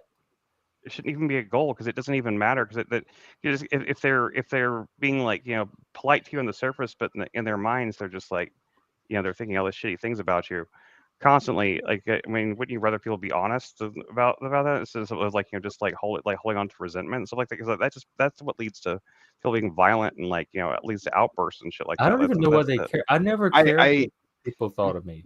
They could think whatever they want. It didn't bother me. I don't understand why they care what strangers think.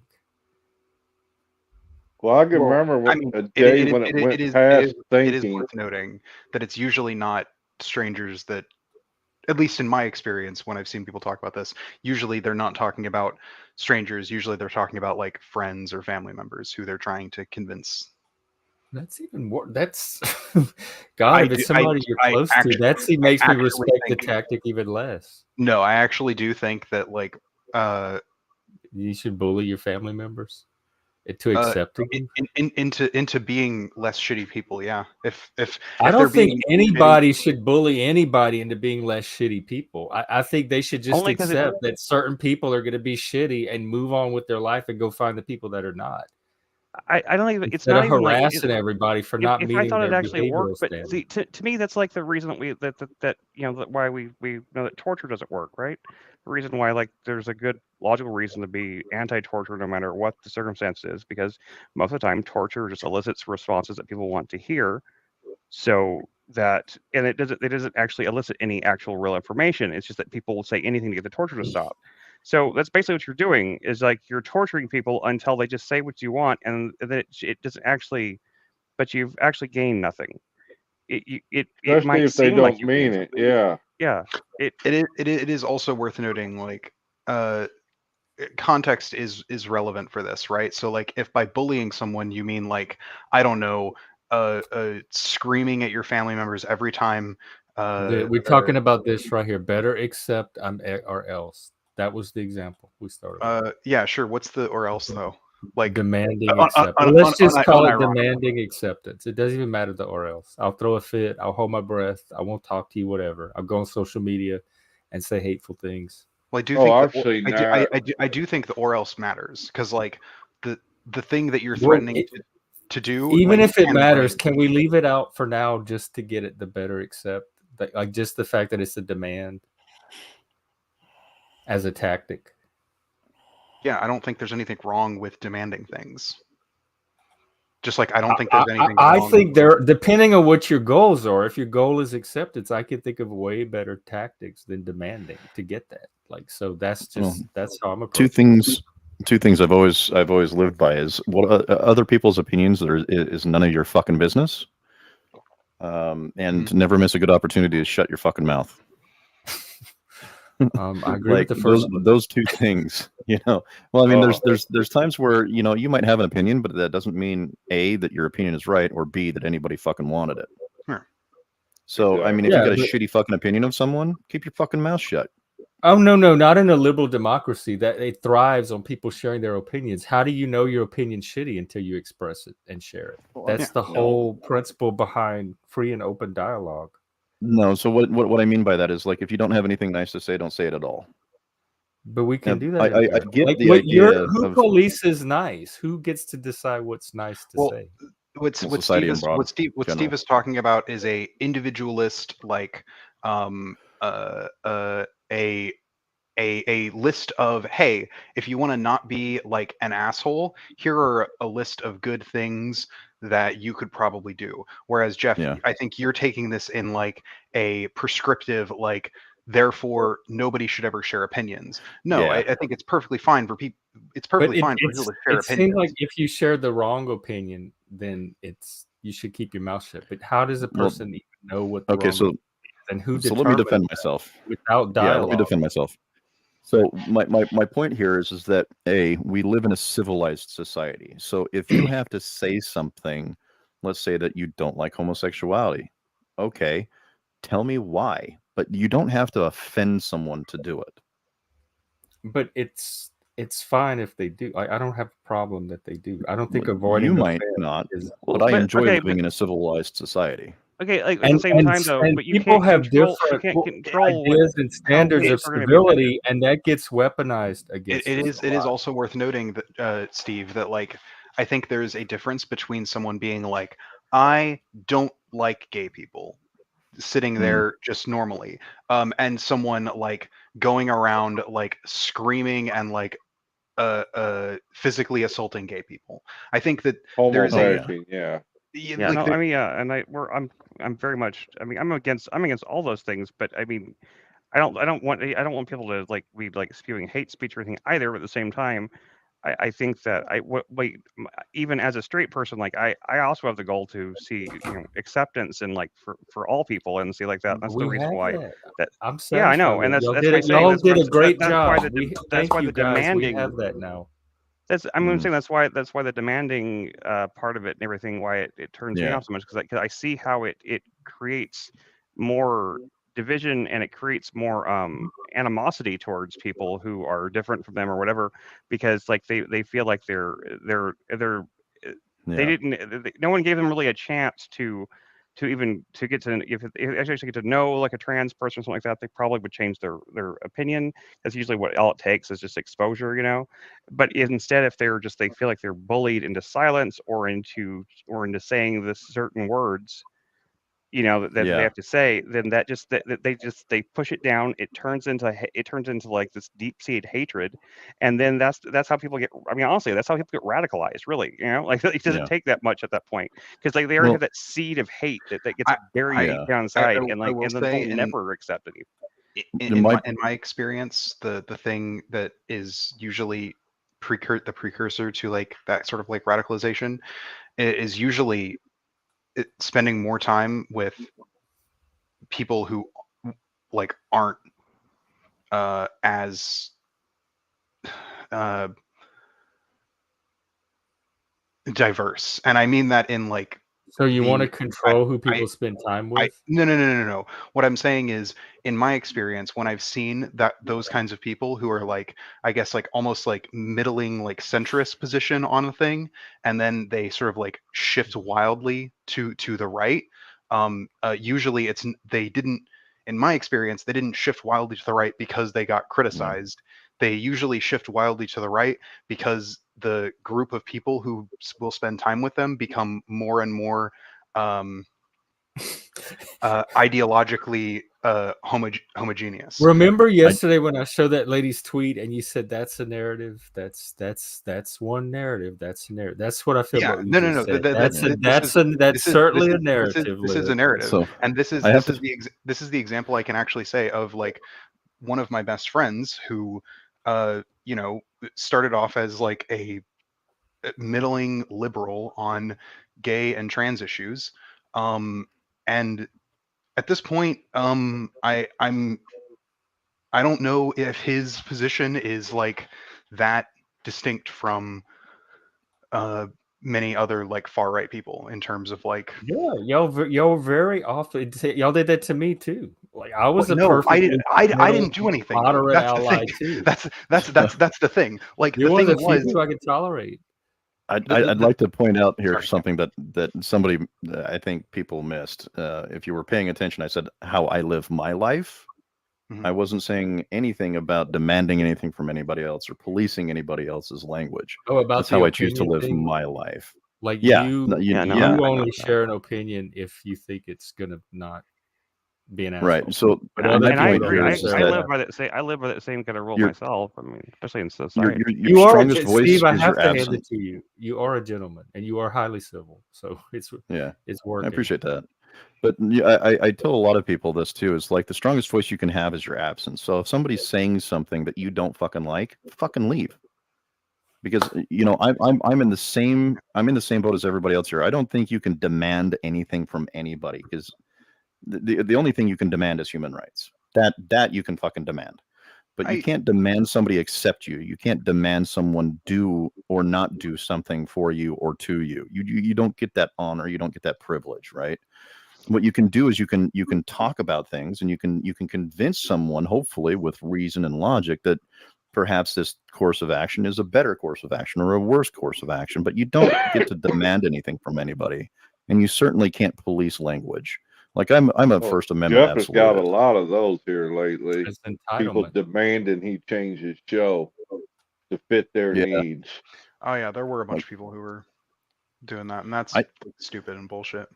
I still think I'm when I say I'm a free speech absolutist, it's like I'm dead fucking serious. I think the worst fucking ideas ought to be put out into the marketplace of ideas because one, we don't know it's there until someone tells us it's there. Two, I don't know who's thinking it until they tell me that they're thinking it. So now I know who the fuck to stay away from, and I know how to better combat these issues.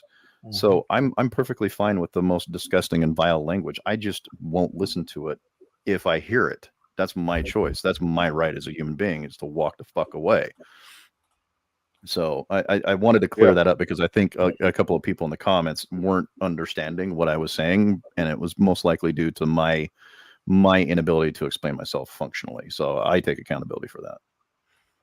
Yeah, I know 50 years ago, there's no way in hell you would have caught me, or I could have envisioned myself on a gay man's platform. Absolutely zero.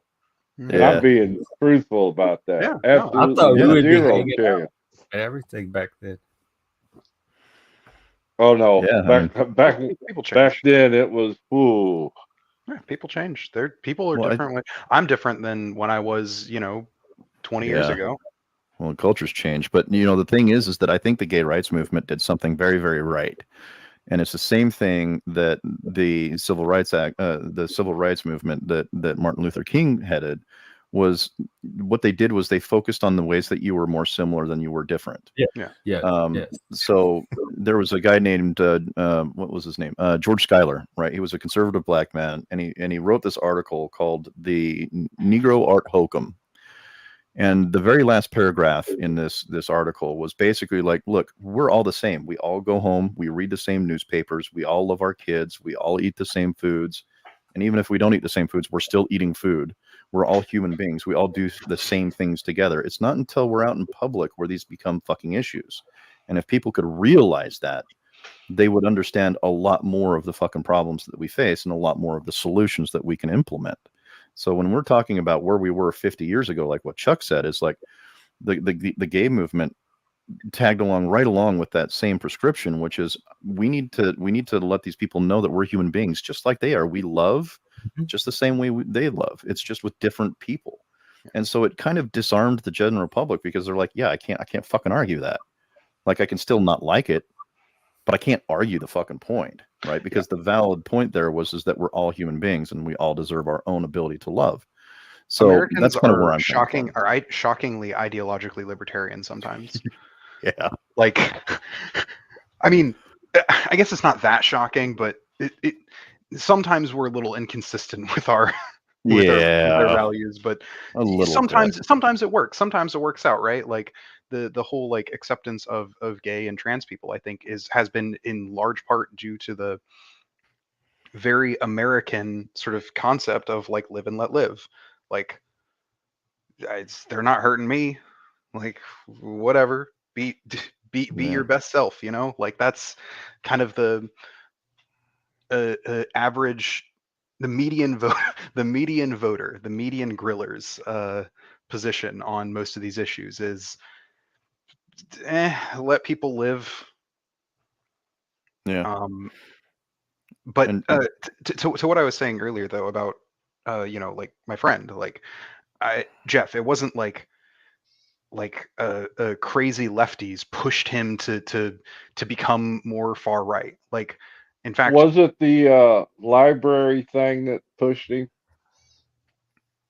What library thing?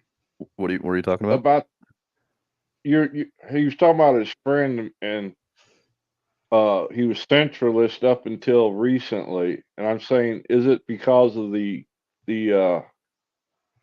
book reading thing by the trans people that pushed him? No, I don't. I guess I'm not.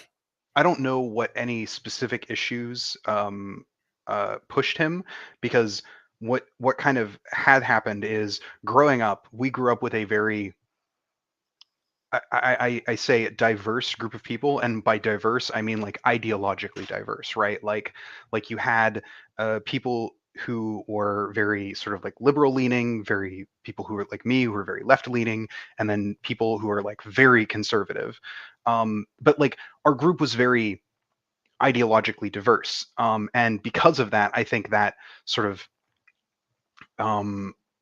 well, when I say ideologically diverse, there weren't any people who were like particularly far right.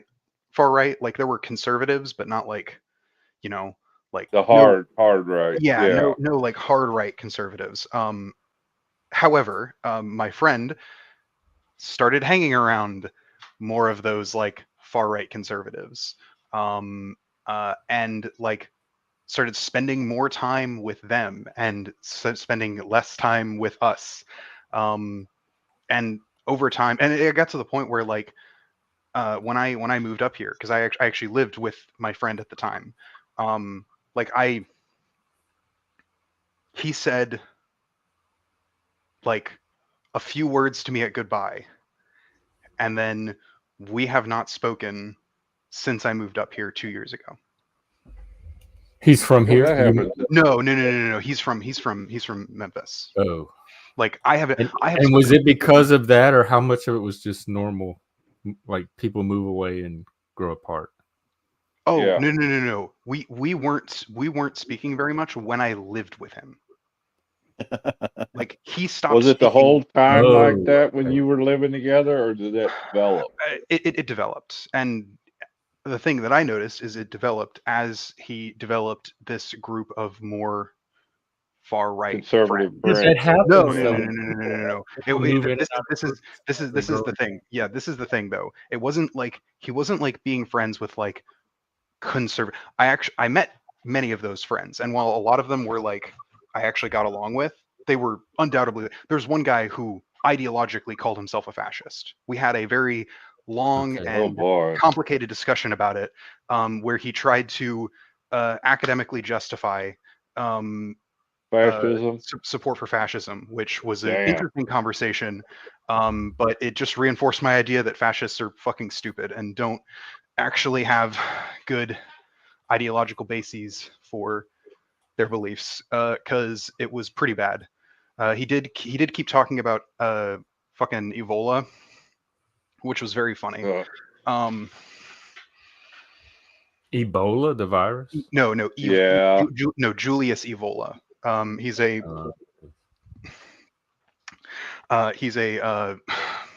If it's too philosopher. nerdy, you can skip Yeah. it. He's a philosopher.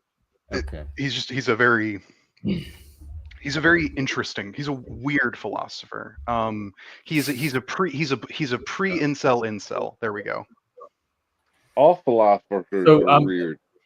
I'm interested in the story of this friend. So he fell in Yeah. with this group, and Yeah. the friendship. Yeah, that does happen. I've seen that happen before with friends. Yeah. No. I have seen that happen before. I'm just saying that for him, like his sort of opposition to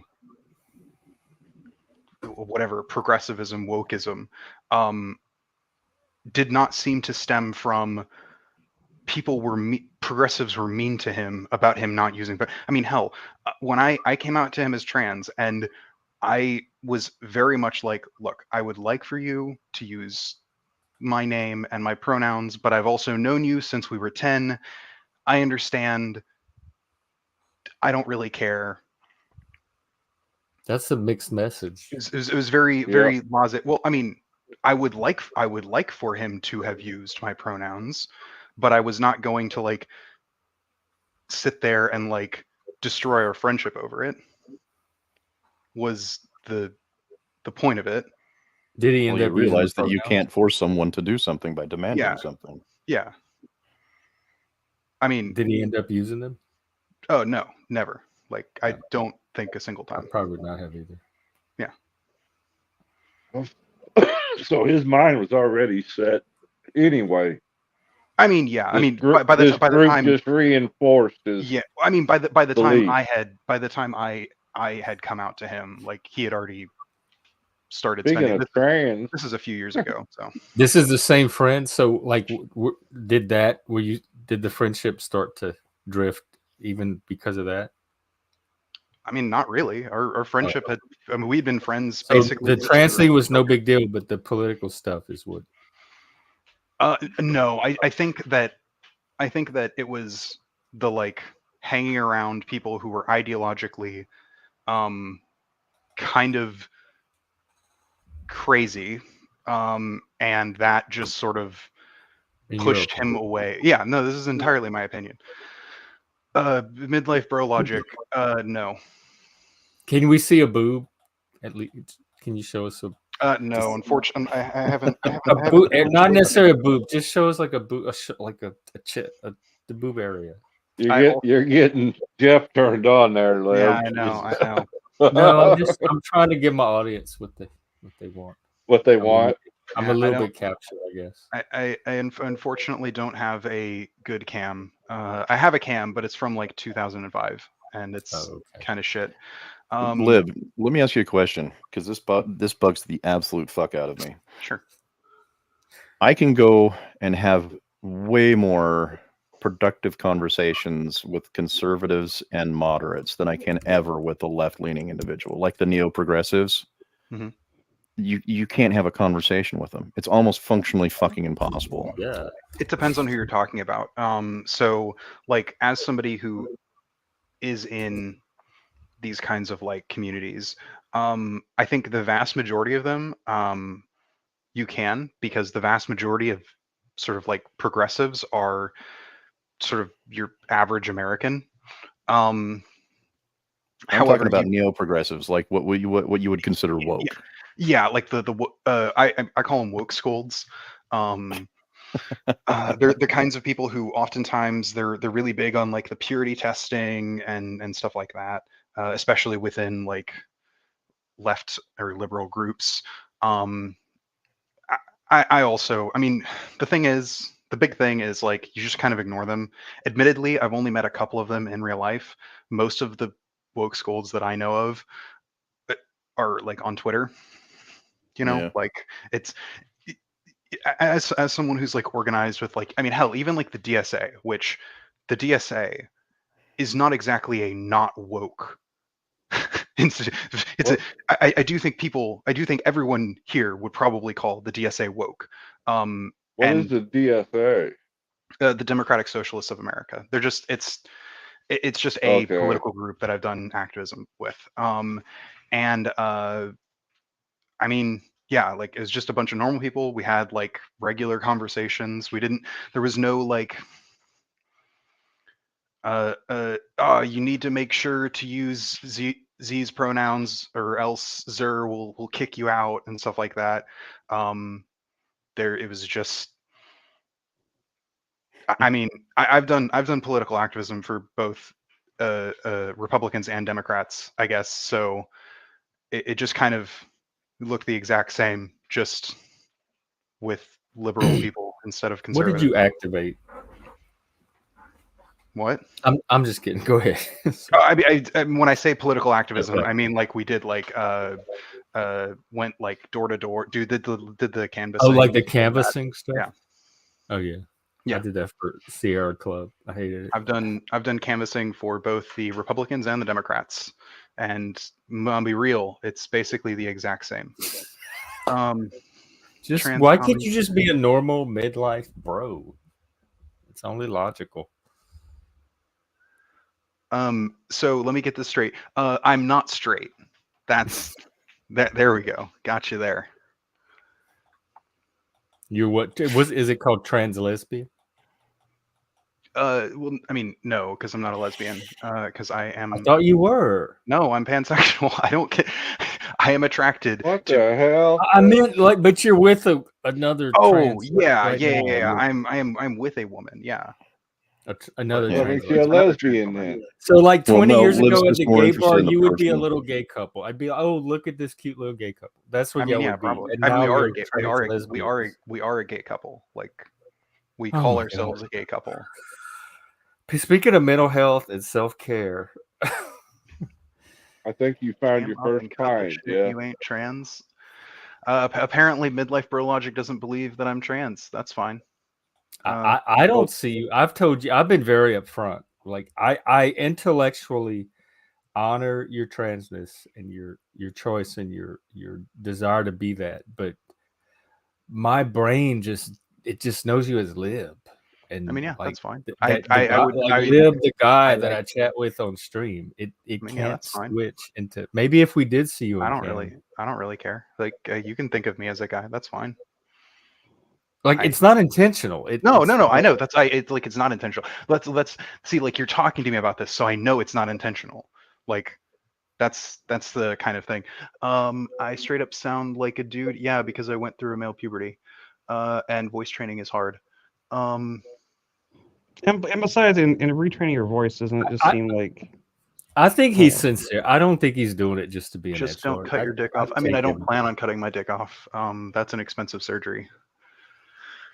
I mean, Flo does say midlife is a closeted homosexual, so I don't think he's I not. don't think so. Somebody. I've only seen him once, but think he's about not- everybody.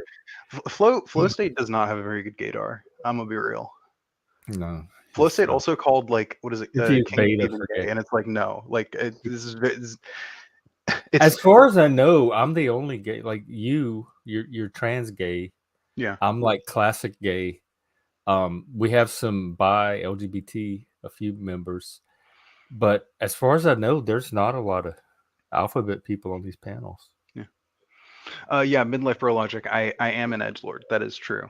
I am. I don't even know I'm what one an of the- alphabet person I am is. in fact one of the original edgelords. I was around in Gamergate. All right, don't fucking at me. Do you know anything about Gamergate 2? I keep seeing, and I'm trying to figure out what's going on with it, but it hurts my head. What's? Oh, no. it was something to do with like this company that people said was making games Sweet for Baby. woke and stuff. It's really it's really It's very funny. Honestly, it's funnier than the original Gamergate, which is why I want them to pursue it even harder. Because it'll go just as badly. yeah. Gamergate was some dumb shit, man. Oh, it's super dumb shit. Like, insanely. Like, honestly, having looked back, what the fucking what's her lady? What's her face? YouTuber. She made the videos. I cannot remember her fucking name to save my life. Anita And Sarkeesian. Anita Sarkeesian. Yeah. Having watched her videos both when I was a reactionary and now, they're mid. I thought they were mid when I was a reactionary, and I think they're mid now. Like, Yeah. they're not like there are some of them that are like particularly bad, but like not most of them aren't particularly egregious. They're just not. Oh, she didn't uncover some like great conspiracy in gaming. It's like, oh hey, look, Tomb Raider has boobies, and it's because they were trying to market towards young straight Right. teenage guys. Oh. Cool. I'm already bored. I'm sorry. Yeah, I forgot like, the I mean, plot you're talking about Gamergate. Oh, we haven't even gotten to Gamergate 2 yet, and I'm bored. Yeah, I probably don't. Yeah, wanna I know. mean, yeah, Gamergate 2 is even like stupider. Is harder to explain, more boring. I'll just ask. Let me see if the AI can give me like a 2 lines. The original game, it all got sparked too. It was mostly children that cared about it in the first place. It was really funny that like so many adults like took it seriously because it was mostly kids. Well, the Speaking thing of it was the kids cared about like the games Yeah. journalism in heavy Yeah. quotations Because they're children, because they can't afford to buy all the games, and so they don't Yeah. want to. They want honest reviews because they don't want to buy bad games because somebody suggests them because they're like this way or that way. And that's Yeah. it's a funny. And Like then- adults don't really care about it because like adults like have disposable income, yeah, but and then children you don't. had So like, and then you had like people on the far right sort of like try and use Gamergate as like a way to sort of ideologically capture portions of that audience.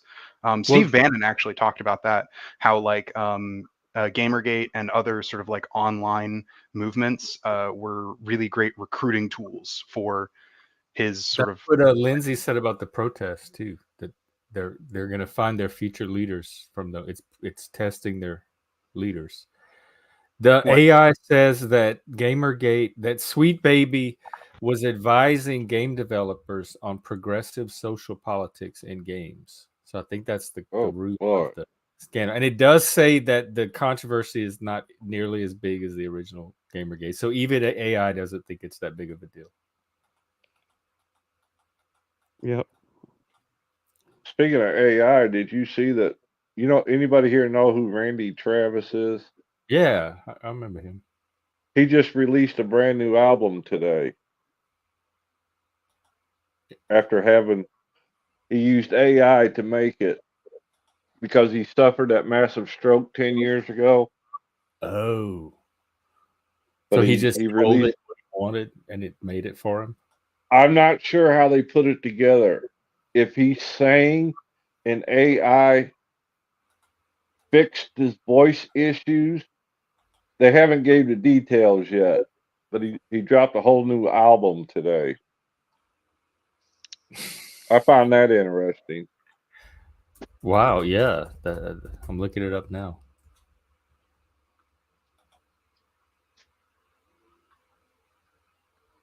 Yeah, but midlife, what if you're having sex with the kitchen? What do they call it? In the kitchen with Destiny and Turkey Tom. I don't know those people. Do they hang out? They don't hang out here, I don't think.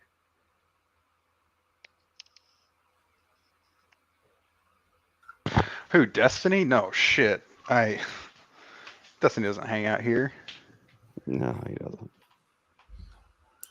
No idea who And there's that pansexual just means you'll fuck anything that moves. That is not what pansexual means.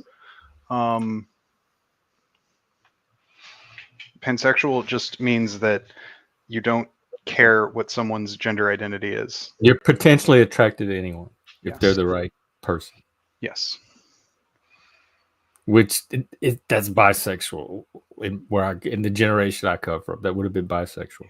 Yeah, pansexual does mean you have sex in a kitchen. It means that I'm sexually attracted to kitchen implements. Hey, that's the thing. We don't kink shame around here. We do judge, but we don't. Oh, no, that's frying pansexual.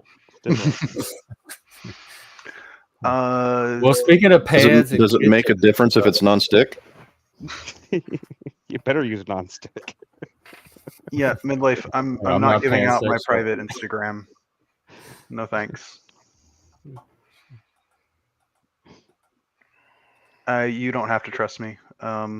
You're free to. The definition, the name for the definition of they'll have sex with anything would be a typical definition of a male. Not see that's you put no. That's some projection. You show a guy a knot in a tree hole and he'll get excited. If he hasn't seen a woman for long enough, maybe, I don't know. Like there are stories of guys going to prison, and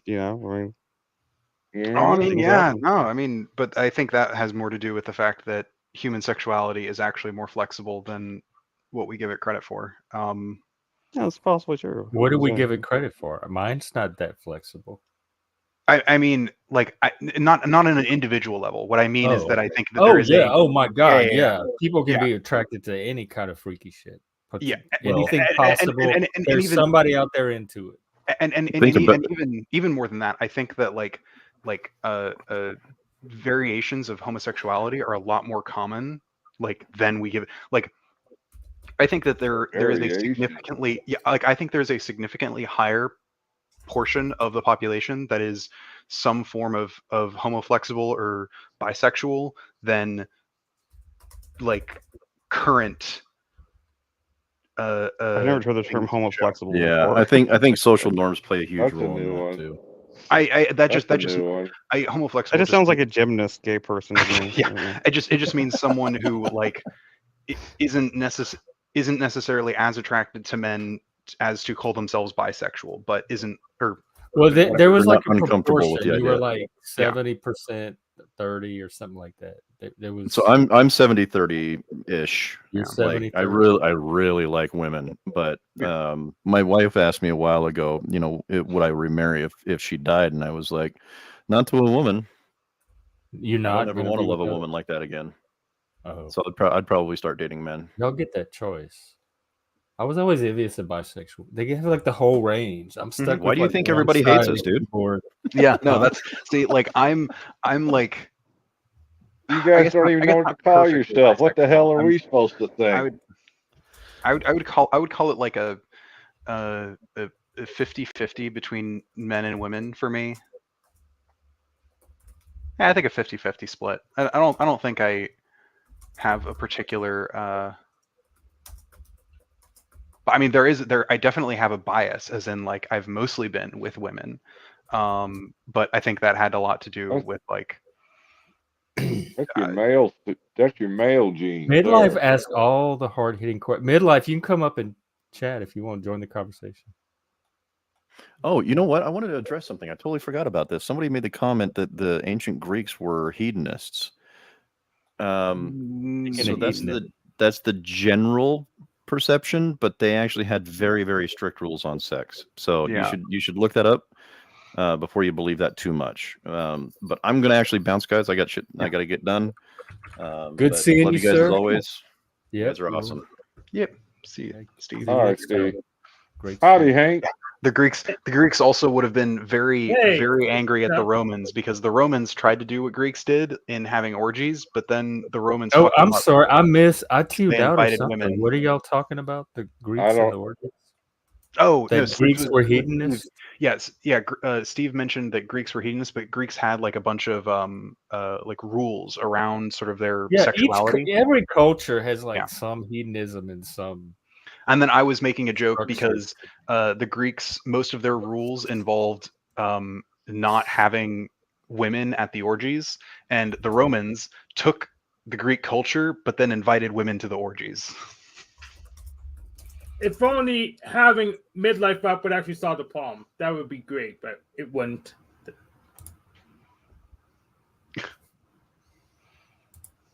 Yeah, we need What- some what's that? masculinity on this panel. All we have is Hank. Yeah. Yeah, So I I feel, call I feel I mean, outnumbered. I call Godless Engineer. We have two honestly, transgenders and a faggot. So midlife, we need you. I mean, Midlife honestly, What am Yeah, I? but- What am I now? I'm more masculine. You're one of the You're transgenders. transgender. Remember that's what right. Elijah I said? forgot. Chris I'm- and I'm Lib You are guys both- gotta keep reminding me about that. I'm Yeah. significantly more masculine than most of the cis men on this that come into these panels. So Yes, That's true. I've heard. I- So I've heard. So I actually called Godless Engineers doing a call-in show. Unfortunately, he's using Plano telephone service, so your voice will come in all washed out. I was the first caller.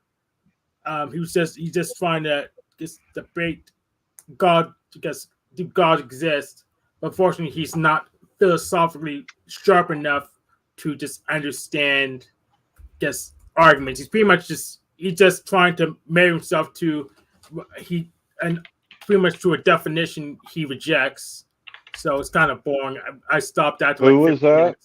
minutes. Godless Engineer. Ah, okay. Yeah. oh, So- midlife brologic, I'm already subscribed to you. So there you go. Yeah. So he's trying to hold on to a definition that he already doesn't accept. So it's just kind of boring. And if you propose another definition, he just the way I simplify this to is like it's just atheist peekaboo. So he wants to keep a definition he rejects, so he can say God doesn't exist. Then and at that point, I just say, give me your test with divinity, because it's really no progress to it gives a test for divinity that we can actually execute. So the thing that's going to trip him up is that he will not be able to come up with a test for divinity. So we don't even have to discuss the issue. It's a little non-debate.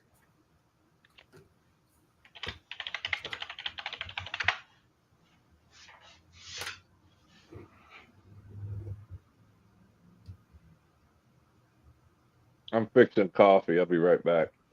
Oh, okay. I was wondering if it's time to start winding it down. Probably it's 2 hours.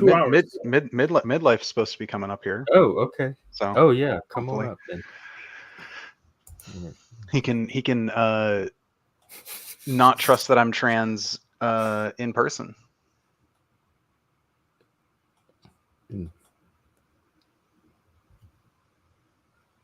Well,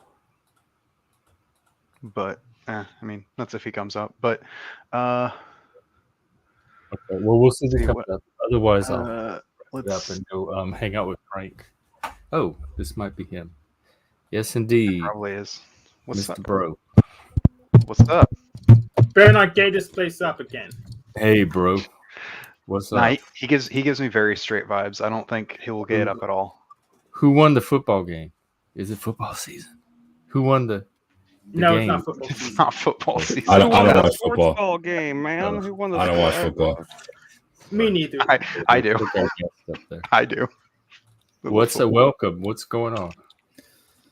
Lib, cam up. I don't know what's going on. Cam up. Like you're gonna claim all. You're gonna claim everything edgy. Look at me. Look at and respectfully, right? I'm not. What? I'm being. He wants to see if you're I'm being passable. contrary to you, but I'm not trying to be disrespectful. He wants to see if You you're like what I have to passable. say. You Doing know, the I'll shut up. Geraldo reveal. You can just tell me to shut up and I'll stop. Open if the I'm going vault. too far. Oh But- no, I mean it's but- totally but- fine. Like but I don't. honestly, man. Can you show us anything? An earring, a nail, something? I mean, I would have to like pull out my really shitty old cam, and I really don't want to do that. I'm kind of comfy right here. Bro, there's You no have a trans. phone? There's no trans person in existence. It doesn't have like all have an iPhone. You know, like you're all. You know, Oh you're like some, yeah, you're no, some no. communist. I definitely canvassing. could. You've got like an iPhone 26. You've got Well, like a there is. MacBook. Dude, I don't believe any of that. And as far as you Look- being trans, I think you're fake trans. I think you're just claiming that just because it's cool Trend. and it's insane. Trend. It's insane. But no matter what you do, Mhm. and I come from a position. Look, I know my life is not where I want it to be. I'm not saying I got it all figured out, right? I know I'm a mess, right? But as one mess to another, my dude, Mhm. stop it with the fakeness. And no matter what you do, don't prove to people you're trans by cutting your pee-pee off. You'll thank me later, okay? Don't do it. I'm- Don't okay. do it. I Okay. guess it doesn't So hit as hard. hashtag I save agree with that last save the part. penis. Yeah, I agree with that last part. That was important. I guess it doesn't hit as hard because I already answered, which was that No, I it's don't too plan on- expensive. Well, what I you mean, said. yes, it's too expensive. but- Implying like, oh, I hit the lottery. I'm going to cut my dick off now. I mean, no, Oh you're not. no, going I mean to. also tell the truth. Also that not either. Just mostly because I don't really feel my penis isn't like the thing that's like the big sort of dysphoria for me. There are other things that Please elaborate. I would love to hear. Lack of boobs, probably. no, actually, it more has to do with like the body hair. It's more of like a body dysmorphia thing. I have like really thick and excessive body hair. That's bothered me basically ever since I like hit puberty, because that's when it started. When I If was you like, had I less would hair, would you still feel that way, or would it be more tolerable?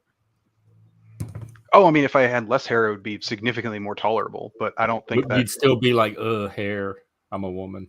Bro, I shave mean, my armpits. Am I trans? Look, I'd still be like I'm a I don't woman. know. Yeah, no. There's just but- women with long hair. I don't Yeah, know. guess no, what else no, I no. do?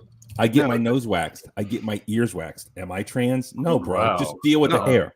No, Go to European not, Wax Center. That's not, Tell me that's your not real what- name. a I'll little give you a bitty. coupon code. I'll get a free wax. You can get a wax. Bro, you can Not- stop calling yourself trans and just get waxed Is it a up. It's gay? like, ooh, Are you That's getting not- waxed by a gay? Who's doing the waxing? That's not what makes He is gay if he's transgender. getting whacked.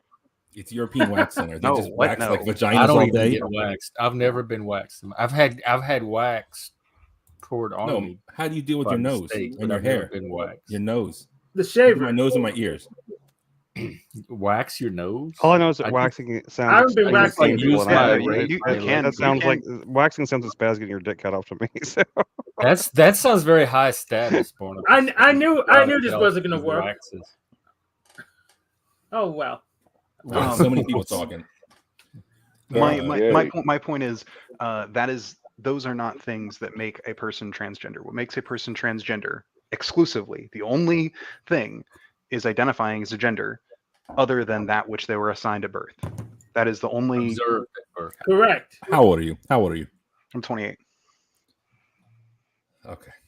Happy birthday. Look, respectfully, man, it's just a phase you're going through, man. You're going to snap out of this shit soon enough. Yeah. Come no, 30, 35. You're going to be like, absolutely. you know what? And you're going to be embarrassed. Listen, I've done a lot of Absolutely. embarrassing shit in my Absolutely. days, but at least I never called myself trans.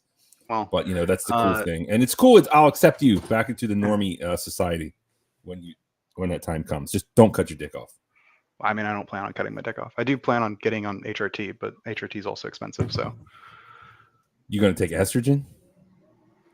well, I mean, yeah, it's probably not just going to be estrogen. It's probably usually going to be more complicated than that. But yeah, Bro, you're insane. You're insane. especially since I also need to actually get on before I get estrogen. I actually want to get on ADHD meds. I think that's probably You're for just a me, at mess. least. You're just a mess mentally, dude. Yeah. Stop messing Yeah. with your sexuality. Fix your head first. I mean, you got everything going on. that's You don't what I'm know if trying you're to a do. Republican or a Democrat. Now you got ADHD. Now you think you're a chick with a dick, bro. Just I don't know what it is. I hope Well, the best for okay, you stability, but you're really not trans. I'm I diagnosing you now as Dr. Barnabas. I think you may have misheard. So when I was younger, I was a Republican. I grew up like in a conservative household, and so I canvassed for Republicans when I was younger. However, when I grew up and like became an adult, that's when I sort of like came into my own like politically, ideologically, and admittedly, I also fucking hate the Democrats. So there's that. Okay, touche. That's good. You hate them both. Yeah, I same rock here, with that. actually. But I mean, like I'm an anarchist, so like that. Of course, Yeah. of course you are. You're an edgelord. Of course you are. You're Yeah. trans, ADHD, edgelord. Let me keep going. I'm also an edgelord. You're probably communist. You're going to go to Yeah. some Palestine rally tonight, you know, and that's cool. But it's like, bro, don't you find it odd that you're just edge on everything? It's like, hey, wait a minute. Do you really believe in that stuff, or are you just an edgelord? Oh, I mean, I've been through that phase. Like that's the thing is that like I've been through those phases. Like one of the early things. Oh God, I will admit to this, even though this is incredibly cringe. Is I used to call myself a Marxist-Leninist. I mean, admittedly, this was like 6 or 7 years ago, but yeah, I thought that was I thought I was correct. Turns out I was not. Yeah, And so you're still progressing from Yeah, your I mean, progressive. I would like to think that everyone always like that's my whole thing. You're It's like, maturing into enlightened centrism. The fact that you no. can't cam up tells a lot. I mean, and the fact that you lied to me and tell me you don't have a camera, which is a total lie. It's You have because an he's iPhone poor. right now. No, it's a lie. You have Trans an iPhone. people are poor. I mean, They I can't afford a camera. I definitely like could. It would take honestly He's poor a lot of depressed. effort to do it because It I'm wouldn't. on my You're phone just right now. You're just I'm on my lying. computer right now, You're just and I lying. have to swap just over log to in StreamYard on the I'm phone. also What on my type- computer. What type of iPhone do you have? Tell me. Which I have one? an Android, Which one is it? the G52 or something like that. Yeah, let me It's see like how a it is. I'm on an Android. Yeah, it's like I'm a on guess an what? Android. Oh, My Look at camera Chuck, works. you letting Chuck show you up like that? Oh, I'm gonna show live up too. Let me get my Android up. Yeah, no, like I totally could. I don't want to though. So Yeah, okay, so we good. were So now we led need around the a garden little bit of path. truth coming out. Thank you. It's about time. So What? Hard hitting Barnabas. we're making Going progress. after the meat. Well, I don't know. Don't say that on this page. But yeah, so hard hitting. Sorry. I don't want to cam up. that's I get it. And- But what do you look like? Do you look like a which Do you Pretend live this is in some Canada? girl. which trans do you look like? Pull up a picture. Put Do you the link look down like I'm the Kinda only well, person right? here that knows what he looks like. And Give us your phone sex. RuPaul. Are we talking Male. like Caitlyn Jenner? Are we talking Male to female. Ooh, that's rough. Hold on. Let's pull up some examples. Which drag Or queen do Planet you Walk. most closely resemble? Yeah. RuPaul. No. My bet's Planet Walk. I'll put money on it. I actually don't look like any of them. I actually look like Cthulhu. I'm Who is like this? I'm an eldritch deity. That's what I look So like. what? Literally. Of course. It's just all the weirdest shit with you, bro. I hope when you hit 30, you just like, stop. Come it. back to reality. I mean, I'm Yeah, still It's like gonna. everything. Now you're like you're an elf, trans, anarchist, I'm an elf, ADHD, bro, like elf, trans, anarchist. You probably read tarot cards every day. Oh, that's me. Not every day though. I do have a tarot course. deck. Yeah. You don't read Bingo. tarot cards every day. You read That was for rune cards. D&D. You read rune stones every day. Your religion is I probably don't Satanism. believe, I mean, it's just like, rubrics. bro. No, actually, I'm not particularly. I wouldn't describe myself as religious. I'm a deist, as in I believe in a deity. But Of course, it's just nothing normal. Can you drop a link of what you think you look like? I'm dying to know. Or give me a name. No, I'm gonna finish explaining. I think the gayest, at least to your Cthulhu is a Metallica song, Hank. FYI, Call of Cthulhu, fucking great. Have you ever heard of that? It's also a game. Yeah, the game's pretty fun. But they spell it like this. I don't know. It's some kind of thing. I don't know what the fuck Cthulhu is. Interesting. Yeah, it's a very old song. It's all there's no singing in that one. It's on Ride the Lightning. Very old. Anyways, instrumental. Yeah, that might be my kind of shit actually. 80s thrash. I actually do. Yeah, no, I love like thrash music. No, you don't. You're lying. Because if you did, you'd already know this. Because who are the big four? He's young, dude. I don't consider Metallica thrash. It is fucking thrash. It is the quintessential definition of thrash. It doesn't matter how young or old you are. Thrash like was what thrash. That was what the skaters was to out of DC. No, that's well, they listen to thrash. They listen to Suicidal Tendencies. Minor Threat. That's more punk. Black Flag and all that. That's punk, dude. That's not thrash. Come on. That's what I know. Now I'm really nerding out on the intricacies of metal. The big four are Slayer, Megadeth, Metallica, and Anthrax. And if you like thrash, that's what it is. That's metal to me. It's thrash metal. Yeah. Sorry, I know. I'm getting slightly butthurt. Yeah, admittedly, I'm not like a music nerd. Like I just listen to music. So like, I mean, one of my favorite bands is Avenged Sevenfold, which is like basic bitch shit, but I just like it. You know, they're talented. That one guy's really good, the guitar player. Yeah, I like a lot of their earlier stuff. Admittedly, you struck me more as a Barry Manilow type. Who, me? No, Liv. Oh, all right. Yeah, well, check out Metallica. Ride the Lightning. It's fucking great. Anyways, all right. Do you want to trash me a little bit, Liv? Since I was giving it to you, I guess I just. No, I actually enjoyed it. It was pretty fun. Okay. Hank, but can you carry midlife? No, of course. Can you give him the cure? What? I'm sorry. Yeah, I need to apologize. I the thought cure? midlife was straighting up the panel, and I was wrong again. I apologize. Damn, that's what happened. What's Hank saying? I missed it. I'm saying that I thought you were straightening up the panel, and I totally screwed up that one. I apologize. Oh, you apologize to me? Apology accepted with immediate effect. No problem. I apologize to the audience. I thought midlife was straightening up the panel. Man, midlife. No, he came to his panel and made the whole panel his bitch. Yeah. Nobody has a single he bad thing to say about him or anything to stand up. I've never had anything bad to say about midlife. I can't believe it made gayer. I'll try to find something. Let's see. Well, can we talk about sounding? Come on. Who's ever done that? No, dying to know. Oh God, no. Ooh. Does anyone? Okay, who knows what that is? I know what it is, and that's Let me figure it out. That's why I know. One, two, three. On my stream. I don't know if this is streamed. Hank, do you know what sounding is? Patreon tier. Oh, I know what it is. No, I What didn't is it? do that. Tell me. No. What is it? It's sticking a metal rod into. Okay. Stop. What about Chuck and whatever his big name is? I have no idea what sounding is. All right, pull up a video, Jen. No, do Jeff. not. Don't. It will. Oh God, that's. Look, man, I don't understand it. Sometimes they sell sounding kits at the leather stores. I go to a sex shop. I go to a sex shop and I see all this stuff. I was like, okay, this is, it's like, yeah, you stick that in, like, it's all pretty basic. Or then it's like fake vaginas. I don't even want to go like for a kidney stone exam. And then when you see that freaking thing, fiber. When you see the freaking thing, you're like, what? And you try to figure it out, and it's like, you don't even know what it is. It's to the point where you have to ask, but you're embarrassed. And they're like, that's a sounding kit. And I'm like, is it? And then I thought it was like a tuning fork. I was like, yeah. I thought you like hit it. Something like that. I don't know if you ever played with a tuning fork. If you hit a tuning fork and then put it on your skin, it really freaking vibrates. So I thought you like hit it and then put it on you and it would vibrate. I was like, oh, that's like an old school. And then I like looked it up. I was like, no, it's bro. Like that's I don't know what people have gone through in their. That's the thing.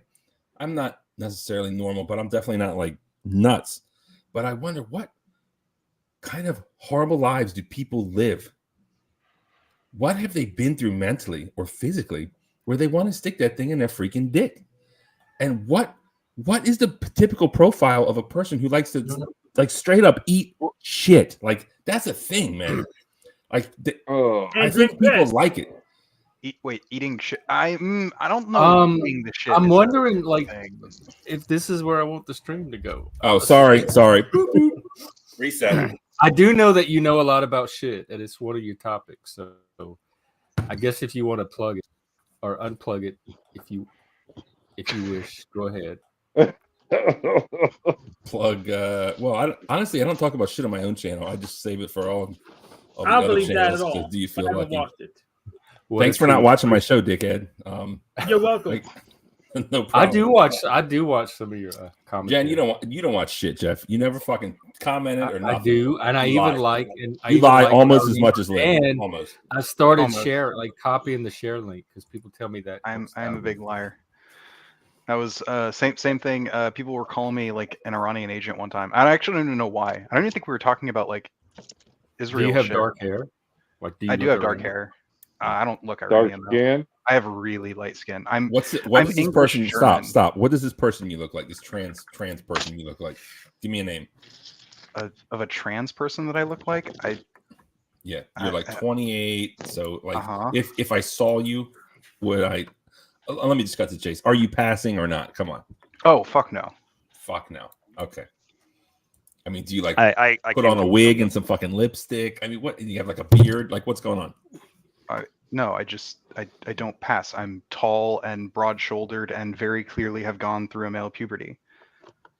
And do you wear like dresses and shit? I mean, do you look crazy? I mean, fuck? You look like Linda Goodman from it Saturday Night it Live. kind of depends. Like, I mean, sometimes I'll wear more like femme clothing, but then most of the time I just like am wearing fucking. I live in Seattle, so like 90% of the time I'm wearing jeans and a hoodie, anyways. So. Okay, so you don't want to cam up. You don't want to show your picture. That's fine. I'm looking up Linda Goodman. All I see some horoscope lady. Is that what you're talking about, Jeff? Who? I don't know. You said Linda Goodman, and I immediately Googled. Oh it. no, from Saturday Night Live. Mike Myers. He did Coffee Talk. Was that her name? Linda Goodman? Linda Richmond? I don't know. The one that would always be they'd always have like Barbara Streisand or whatever. I'm like, yeah. Oh, I'm getting the clamped or whatever. Talk amongst yourselves, clips. Oh, Talk amongst yourselves. That. All right. Well, I guess I should get going. I mean, I can send you a shitty older photo of me. That why are you just so difficult? Like, no, just stop being just stop being so difficult. Like, what's wrong with you? Yeah, her, Linda Richmond. Just live. What's wrong with me? A lot of things. I mean, that's Obviously. what I'm doing right And now. one of them is you can't just like, astrology, this is me. Here I am. I'm here. I'm queer. Get used to it. Like, just do it. Wait, what's I mean, coming? I am. yeah, well, I thought. You're not. Cam up. there we go. Not being weird. Hang on, let's get this. What is this? Yeah, there you go. See, Double Hank. That's what they call me Double right Hank. there. just cam up right now, and if you do, I promise I won't make fun of you. Look at your threads. I mean, I'm not really scared of you making fun of me. I just don't want to. Then cam up, you coward. But I do don't want to see the picture. I won't show it to anybody. I do. I mean, yeah, like I'll send it to you. It has this interesting filter. I'd have to like go through and find. It's just all find bullshit. on- I'm on leaving filter unless you picture. cam. If you're gonna keep talking shit, I gotta go. Either fucking do it or fuck off. Respectfully, what are you gonna do? I'm not gonna cam up. I don't Okay, know. How all I'm right. talking Peace to the shit. panel and Yeah. peace Take to you. care. Liv. Have a good life. I hope you get it together. I hope I get it together. I 'Cause I'm a hope you do fucking too. mess too. I hope we all you get do it too. together. I hope we all get it together Yeah. collectively as I a hope you group. too. I will to the promised keep you in my land. purse. Let's Yeah, do it. me and my club will all sleep for solidarity. Yeah, there we go. I'm Solidarity. getting the fuck out of here. Peace. Peace. Yeah, I think You I'm ran gonna him off, Liv. wind it down. We've been going for a while. Apparently, me not camming up just ran him off. Apparently, Maybe he Oh, was well. interested. maybe I don't know. So Who knows? definitely. He'd make a good panel daddy. Now that I think about it. Oh, let's see this. Whoa. Okay, let me Wow. Can we share it? Totally Russ? not what I expected. Okay, Lib. Wow. What? Cool. I let Jeff see the selfie that I took with you. Oh yeah. Yeah. Okay. Well, yeah. Yeah. Okay. It fits. Like I Yeah. see that person He now. totally fits his It like fits he the looks voice, yes. he looks kind of like he sounds in a weird Yeah. way. I don't know what that means, but That's a good one. Oh, No, I'm not the going to show pictures the you- pic without his. You can show the pic I sent you though. Though admittedly that one has like a filter over it. I couldn't find the Oh, original. you one. okay? Wait, let subtle. me check. I can show this one. Wow. I can show this one. I mean, you should yeah, put this as your avatar. I did have it as my avatar for a little bit. That's like a 2-year-old photo though. So All right, we're about to get yeah, feel free. a look at The Liv. Here we great go. unveiling. Great Well, reveal. it's a very filtered picture. I don't have the original is somewhere on my old phone, which is broken. So I have to get that. But All right, here we go. Dun, dun, dun. yeah, I know. Drum roll, please. I don't know why you need a drum roll. It's just like a picture. Yeah, I can see that. That would look from the photo. I would say that's feminine or trans or. Well, yeah, I mean, if I admittedly, saw it, I'm, if you're like, covered in feminine. hair, I might not. But if I saw it in The public, voice don't match the picture though. I mean, that's fine. I that like is a it. picture. It's I just like a the hair. filtered picture. Yeah, it is admittedly a very filtered picture, though it maintained a lot of it actually. Yeah, cool.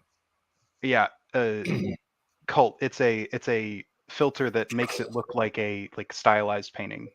That makes the picture look like a stylized. Was it AI? One of those AI? I use something like that to make my little icon. I do think there were AI filters on it, though those you had to pay money for. That was just one of the it was weird. They had like a category for AI filters, but then they had a category for just regular filters, and the AI filters cost money, and I didn't use, so I didn't pay money for that shit. No. Well, you beat out the freak. No, freak. I'm sure you look fine. I'm sure you're beautiful. Well, apparently The Sean freak is thinks trans. so. Apparently, what? Sean said you're beautiful as well. Ah, so damn. Sean's a chaser. Who'd have thought? It's a compliment, just Yeah. Barnabas is sad. He's hoping I was gonna I don't know, post my OnlyFans or something.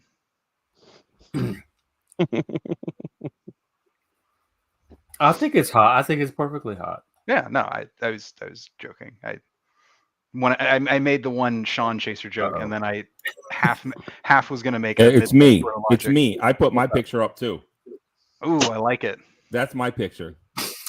Actually, Okay, unironically, that's me. it does kind of look like you.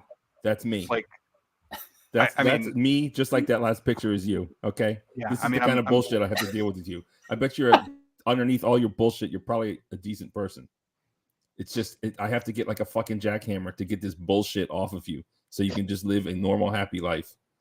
Lib's a very good person. You just don't know him. You sound very. I just said that he is underneath all the bullshit, and I'm trying to crack through. And how do you like my picture? I like it actually. Thanks. Also, you did unironically, he does look a lot like that. That does look a lot like you.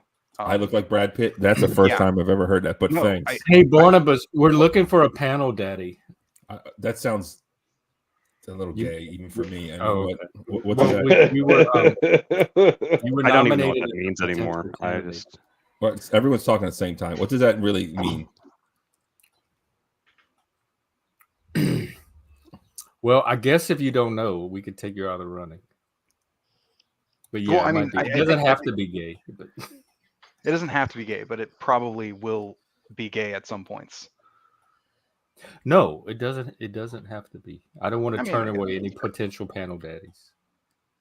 I mean, I'm not gay. Some people say I'm gay. It's just because I used to. I don't. Why did I don't. you get I don't see why if you people get say mistaken for gay? What is the world coming to? Shit. No, I it's- never thought for once that you were gay. It's because I used to have back in the day. I was like down with the gays before it was cool. back when it was like Oh. shameful. Like I had a Oh, gay so, like, roommate, guilt by okay, association. and I have like a gay friend, and we used to like, Oh, okay. you know, we go camping. He taught me how to scuba dive. He's just like a bro, right? Yeah. Just so happened he did whatever the fuck he did, but never with me. So, you know, and it, Well, yeah, I mean, when you hang out with like Republicans and conservatives and 90. shit, their fucking brains melt when you tell them that, and they call you gay. And then I also stand up for gays. Like, I think that this drag time story hour and all this shit is just an overcorrection of the past. Because, I mean, do you know what Stonewall is? Do you know your history there? I know am what that aware is? of what Stonewall is. Yes, How about you, Jeff? Mm-hmm. I know. I Stonewall. would imagine Jeff does. Yeah. And it's like this Up in whole New York, right? 1969, Yeah. it's right I think around in the June. time of the fake Apollo moon landing. And And, Stonewall might have been. Was it real too? Maybe that was guess fake. it was. But I think I'm fascinated with the old school gay culture where like all these gays would come from like Midwest towns and get rejected by their entire families, and then they congregate in like Miami, New York, and San Francisco, and there's like this whole kind of culture that I don't know. It's neat, right? It's neat. Yeah. No, it is. It's not ideal, but I like all those old documentaries and shit. But anyways, Yeah. that's all. So I'm glad you like my 100% real picture. Yes. And again, peace and love to all, including the entire panel and the entire world. Peace out. And I'll Absolutely. see you again soon. Peace. Bye. Peace. Okay, nice talking to you, man. I got to go anyway. So. yeah. Yeah, I'm gonna wrap up my food. All right, stuff. later, fellas. See you, Chuck. Really fast. Take care, Chuck. Colt. I may end up deciding to never go on HRT. That's entirely possible. I don't think that it's likely right now, but you know, I'm not gonna like sit here and say that I can see the future. I can't. You know. It's your future. Like I can pretty yeah, much like see my future that I won't be going on HRT. Well, I mean, yeah. That's but one future I feel confident in seeing. Well, yeah. I mean, my point is that like I'll like as somebody who is seeking HRT, I don't know whether or not I will in the future. Like I might not. Oh, you are Who seeking knows? it? Well, yeah. It's expensive. I do want to get I want to get my ADHD addressed medically first before I. Oh, so you're not on it? You don't take anything? No. I haven't been diagnosed with ADHD. Have you taken it in the past?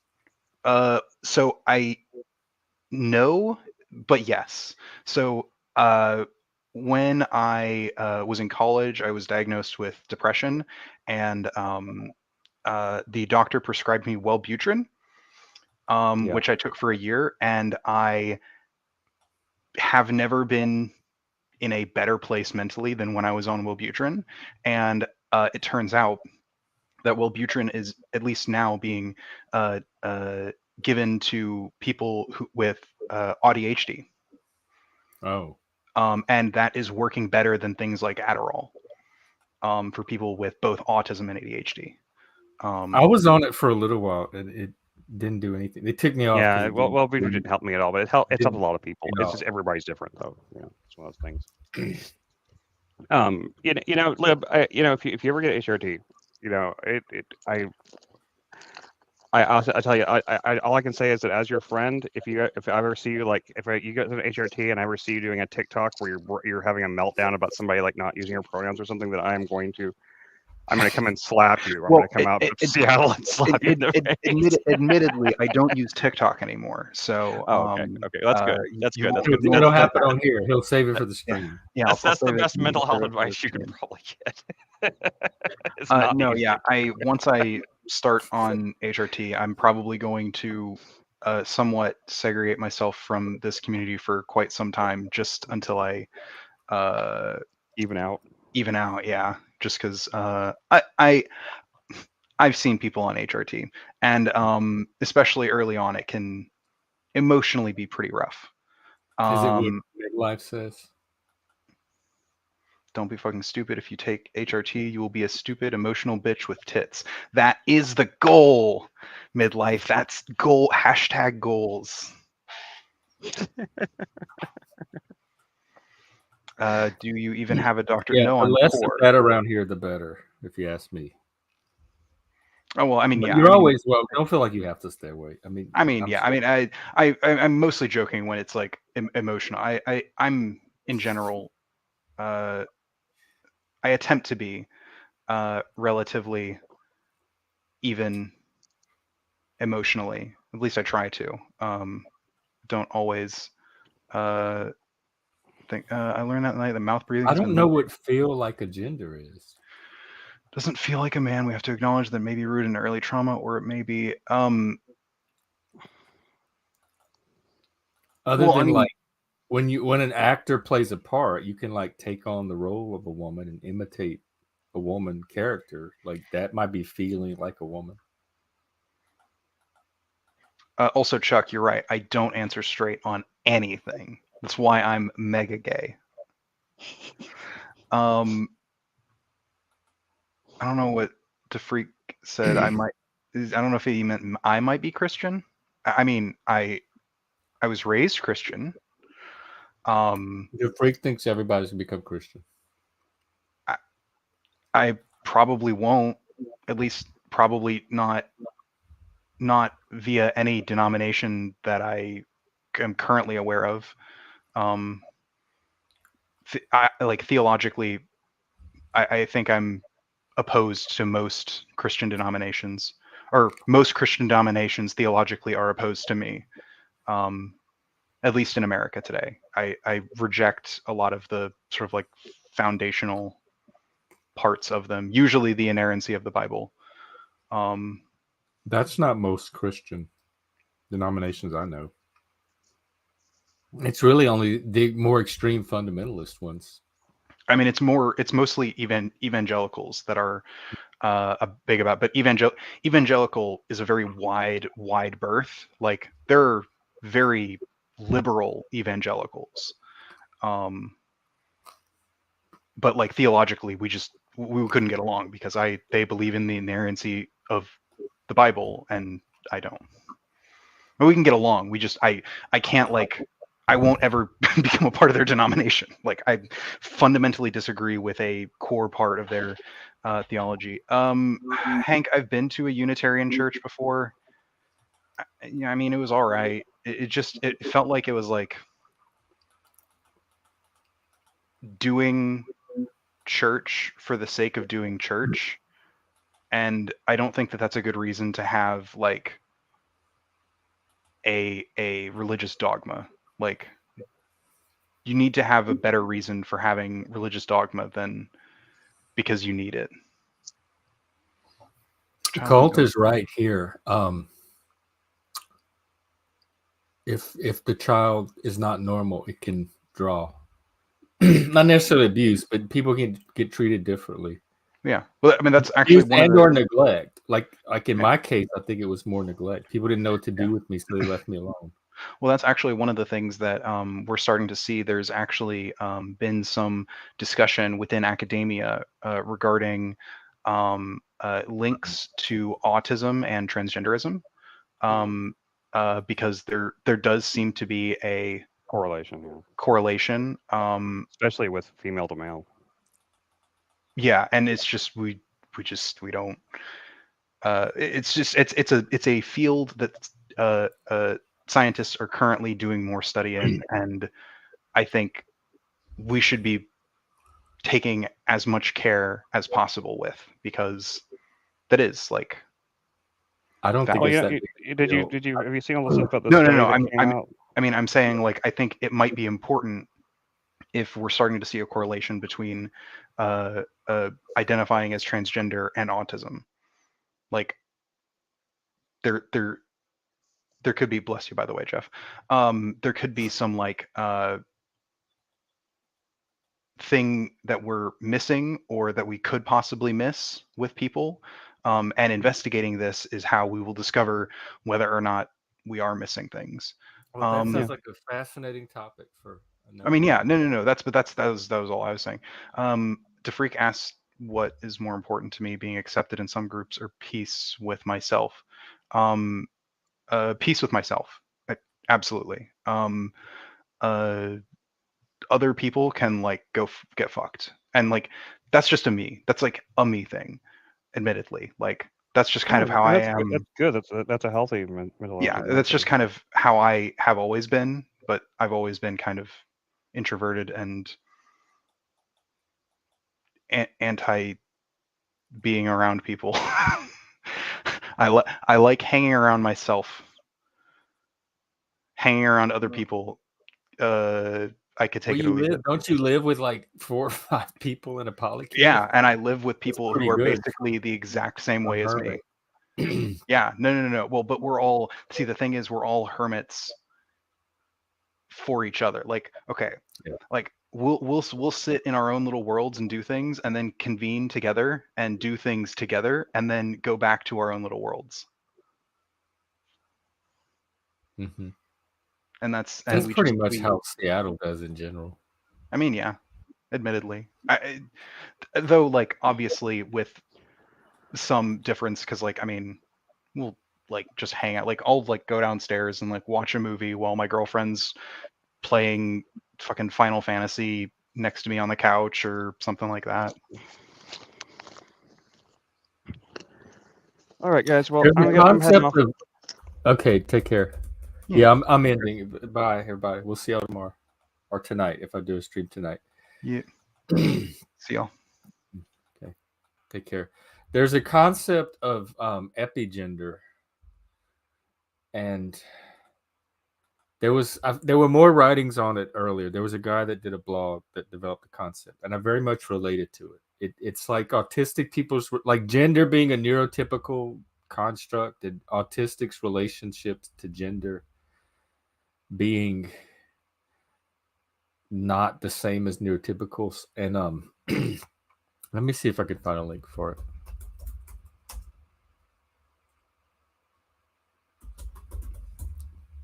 And I always identify with this epigender thing.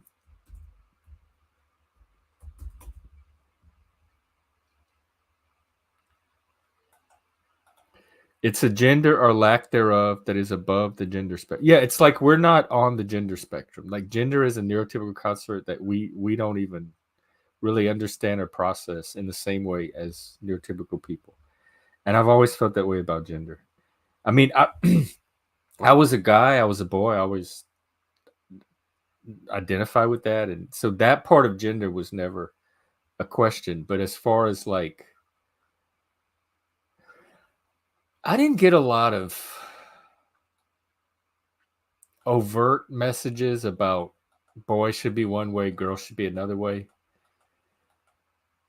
But girls were definitely treated one way and boys were definitely treated another way, just kind of unspoken.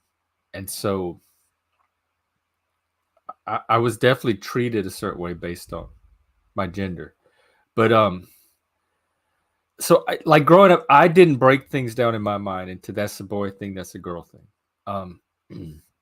In fact, I've told the story before about the easy bake oven, and I'll tell it again tomorrow if y'all remind me. It's too long to try to go into right now, but and it revolves around gender.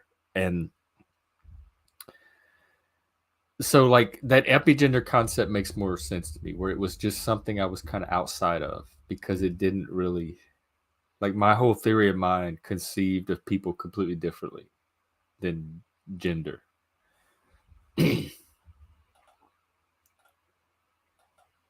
Yeah, Colt, if you want to come on one day and tell your story, I would very much be interested in hearing it.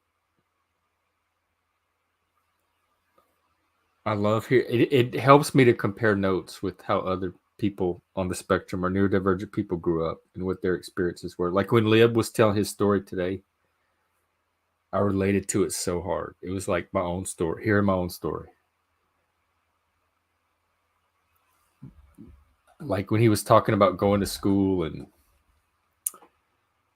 talking about his special interest in being bullied. I was very fortunate because I had a best friend growing up who turned out to be gay and may have been on the spectrum himself. And he was very talkative. Like he talked for hours and hours in great detail about everything. And so that was kind of our norm. We could share enormous amounts of information with each other, and it was normal because he did it way more than I was doing it. And if I had not had that, I might have been like the person that annoyed everybody with their special interests talk. But because I had this friend, that we could kind of both geek out together. It gave me an outlet for that, and it made it more normal. So I knew that, oh, I could go do it with him. I didn't have to bother everybody else with it. Anyways, I'm just rambling right now because I'm trying to wrap up, and we're going to be on Discord Friday nights, usually Verbal Combat. Imp Dave does karaoke. Talcott will probably be streaming later. Moose is still doing his dance streams, so go give him a watch there, help him out, and a like. We'll be back perhaps or tomorrow for more mental health. I still want to get self-care tips. I feel like we didn't get enough today, particularly related to like managing your social media, your Panelverse experience, etc. What I noticed, like in the Panelverse, a lot of people seem to maybe neglect their self-care and fall under unnecessary stressors. I'll probably be here if you come back. Oh, okay, yeah, tonight you mean? Friday nights is usually pretty crowded in the Panelverse, but I might open a little corner of it for whoever wants to hang out. I call Lib a he all the time. I've even told him, you're always probably going to be a he to me. But I do, I honor his transness conceptually. I just know him too. I've spent too much time with him, with being a he in my head for me to switch. Maybe in time, who knows? But one thing that helps me to remember is that Lib is like kind of a female name. So it's not just short for Liberty.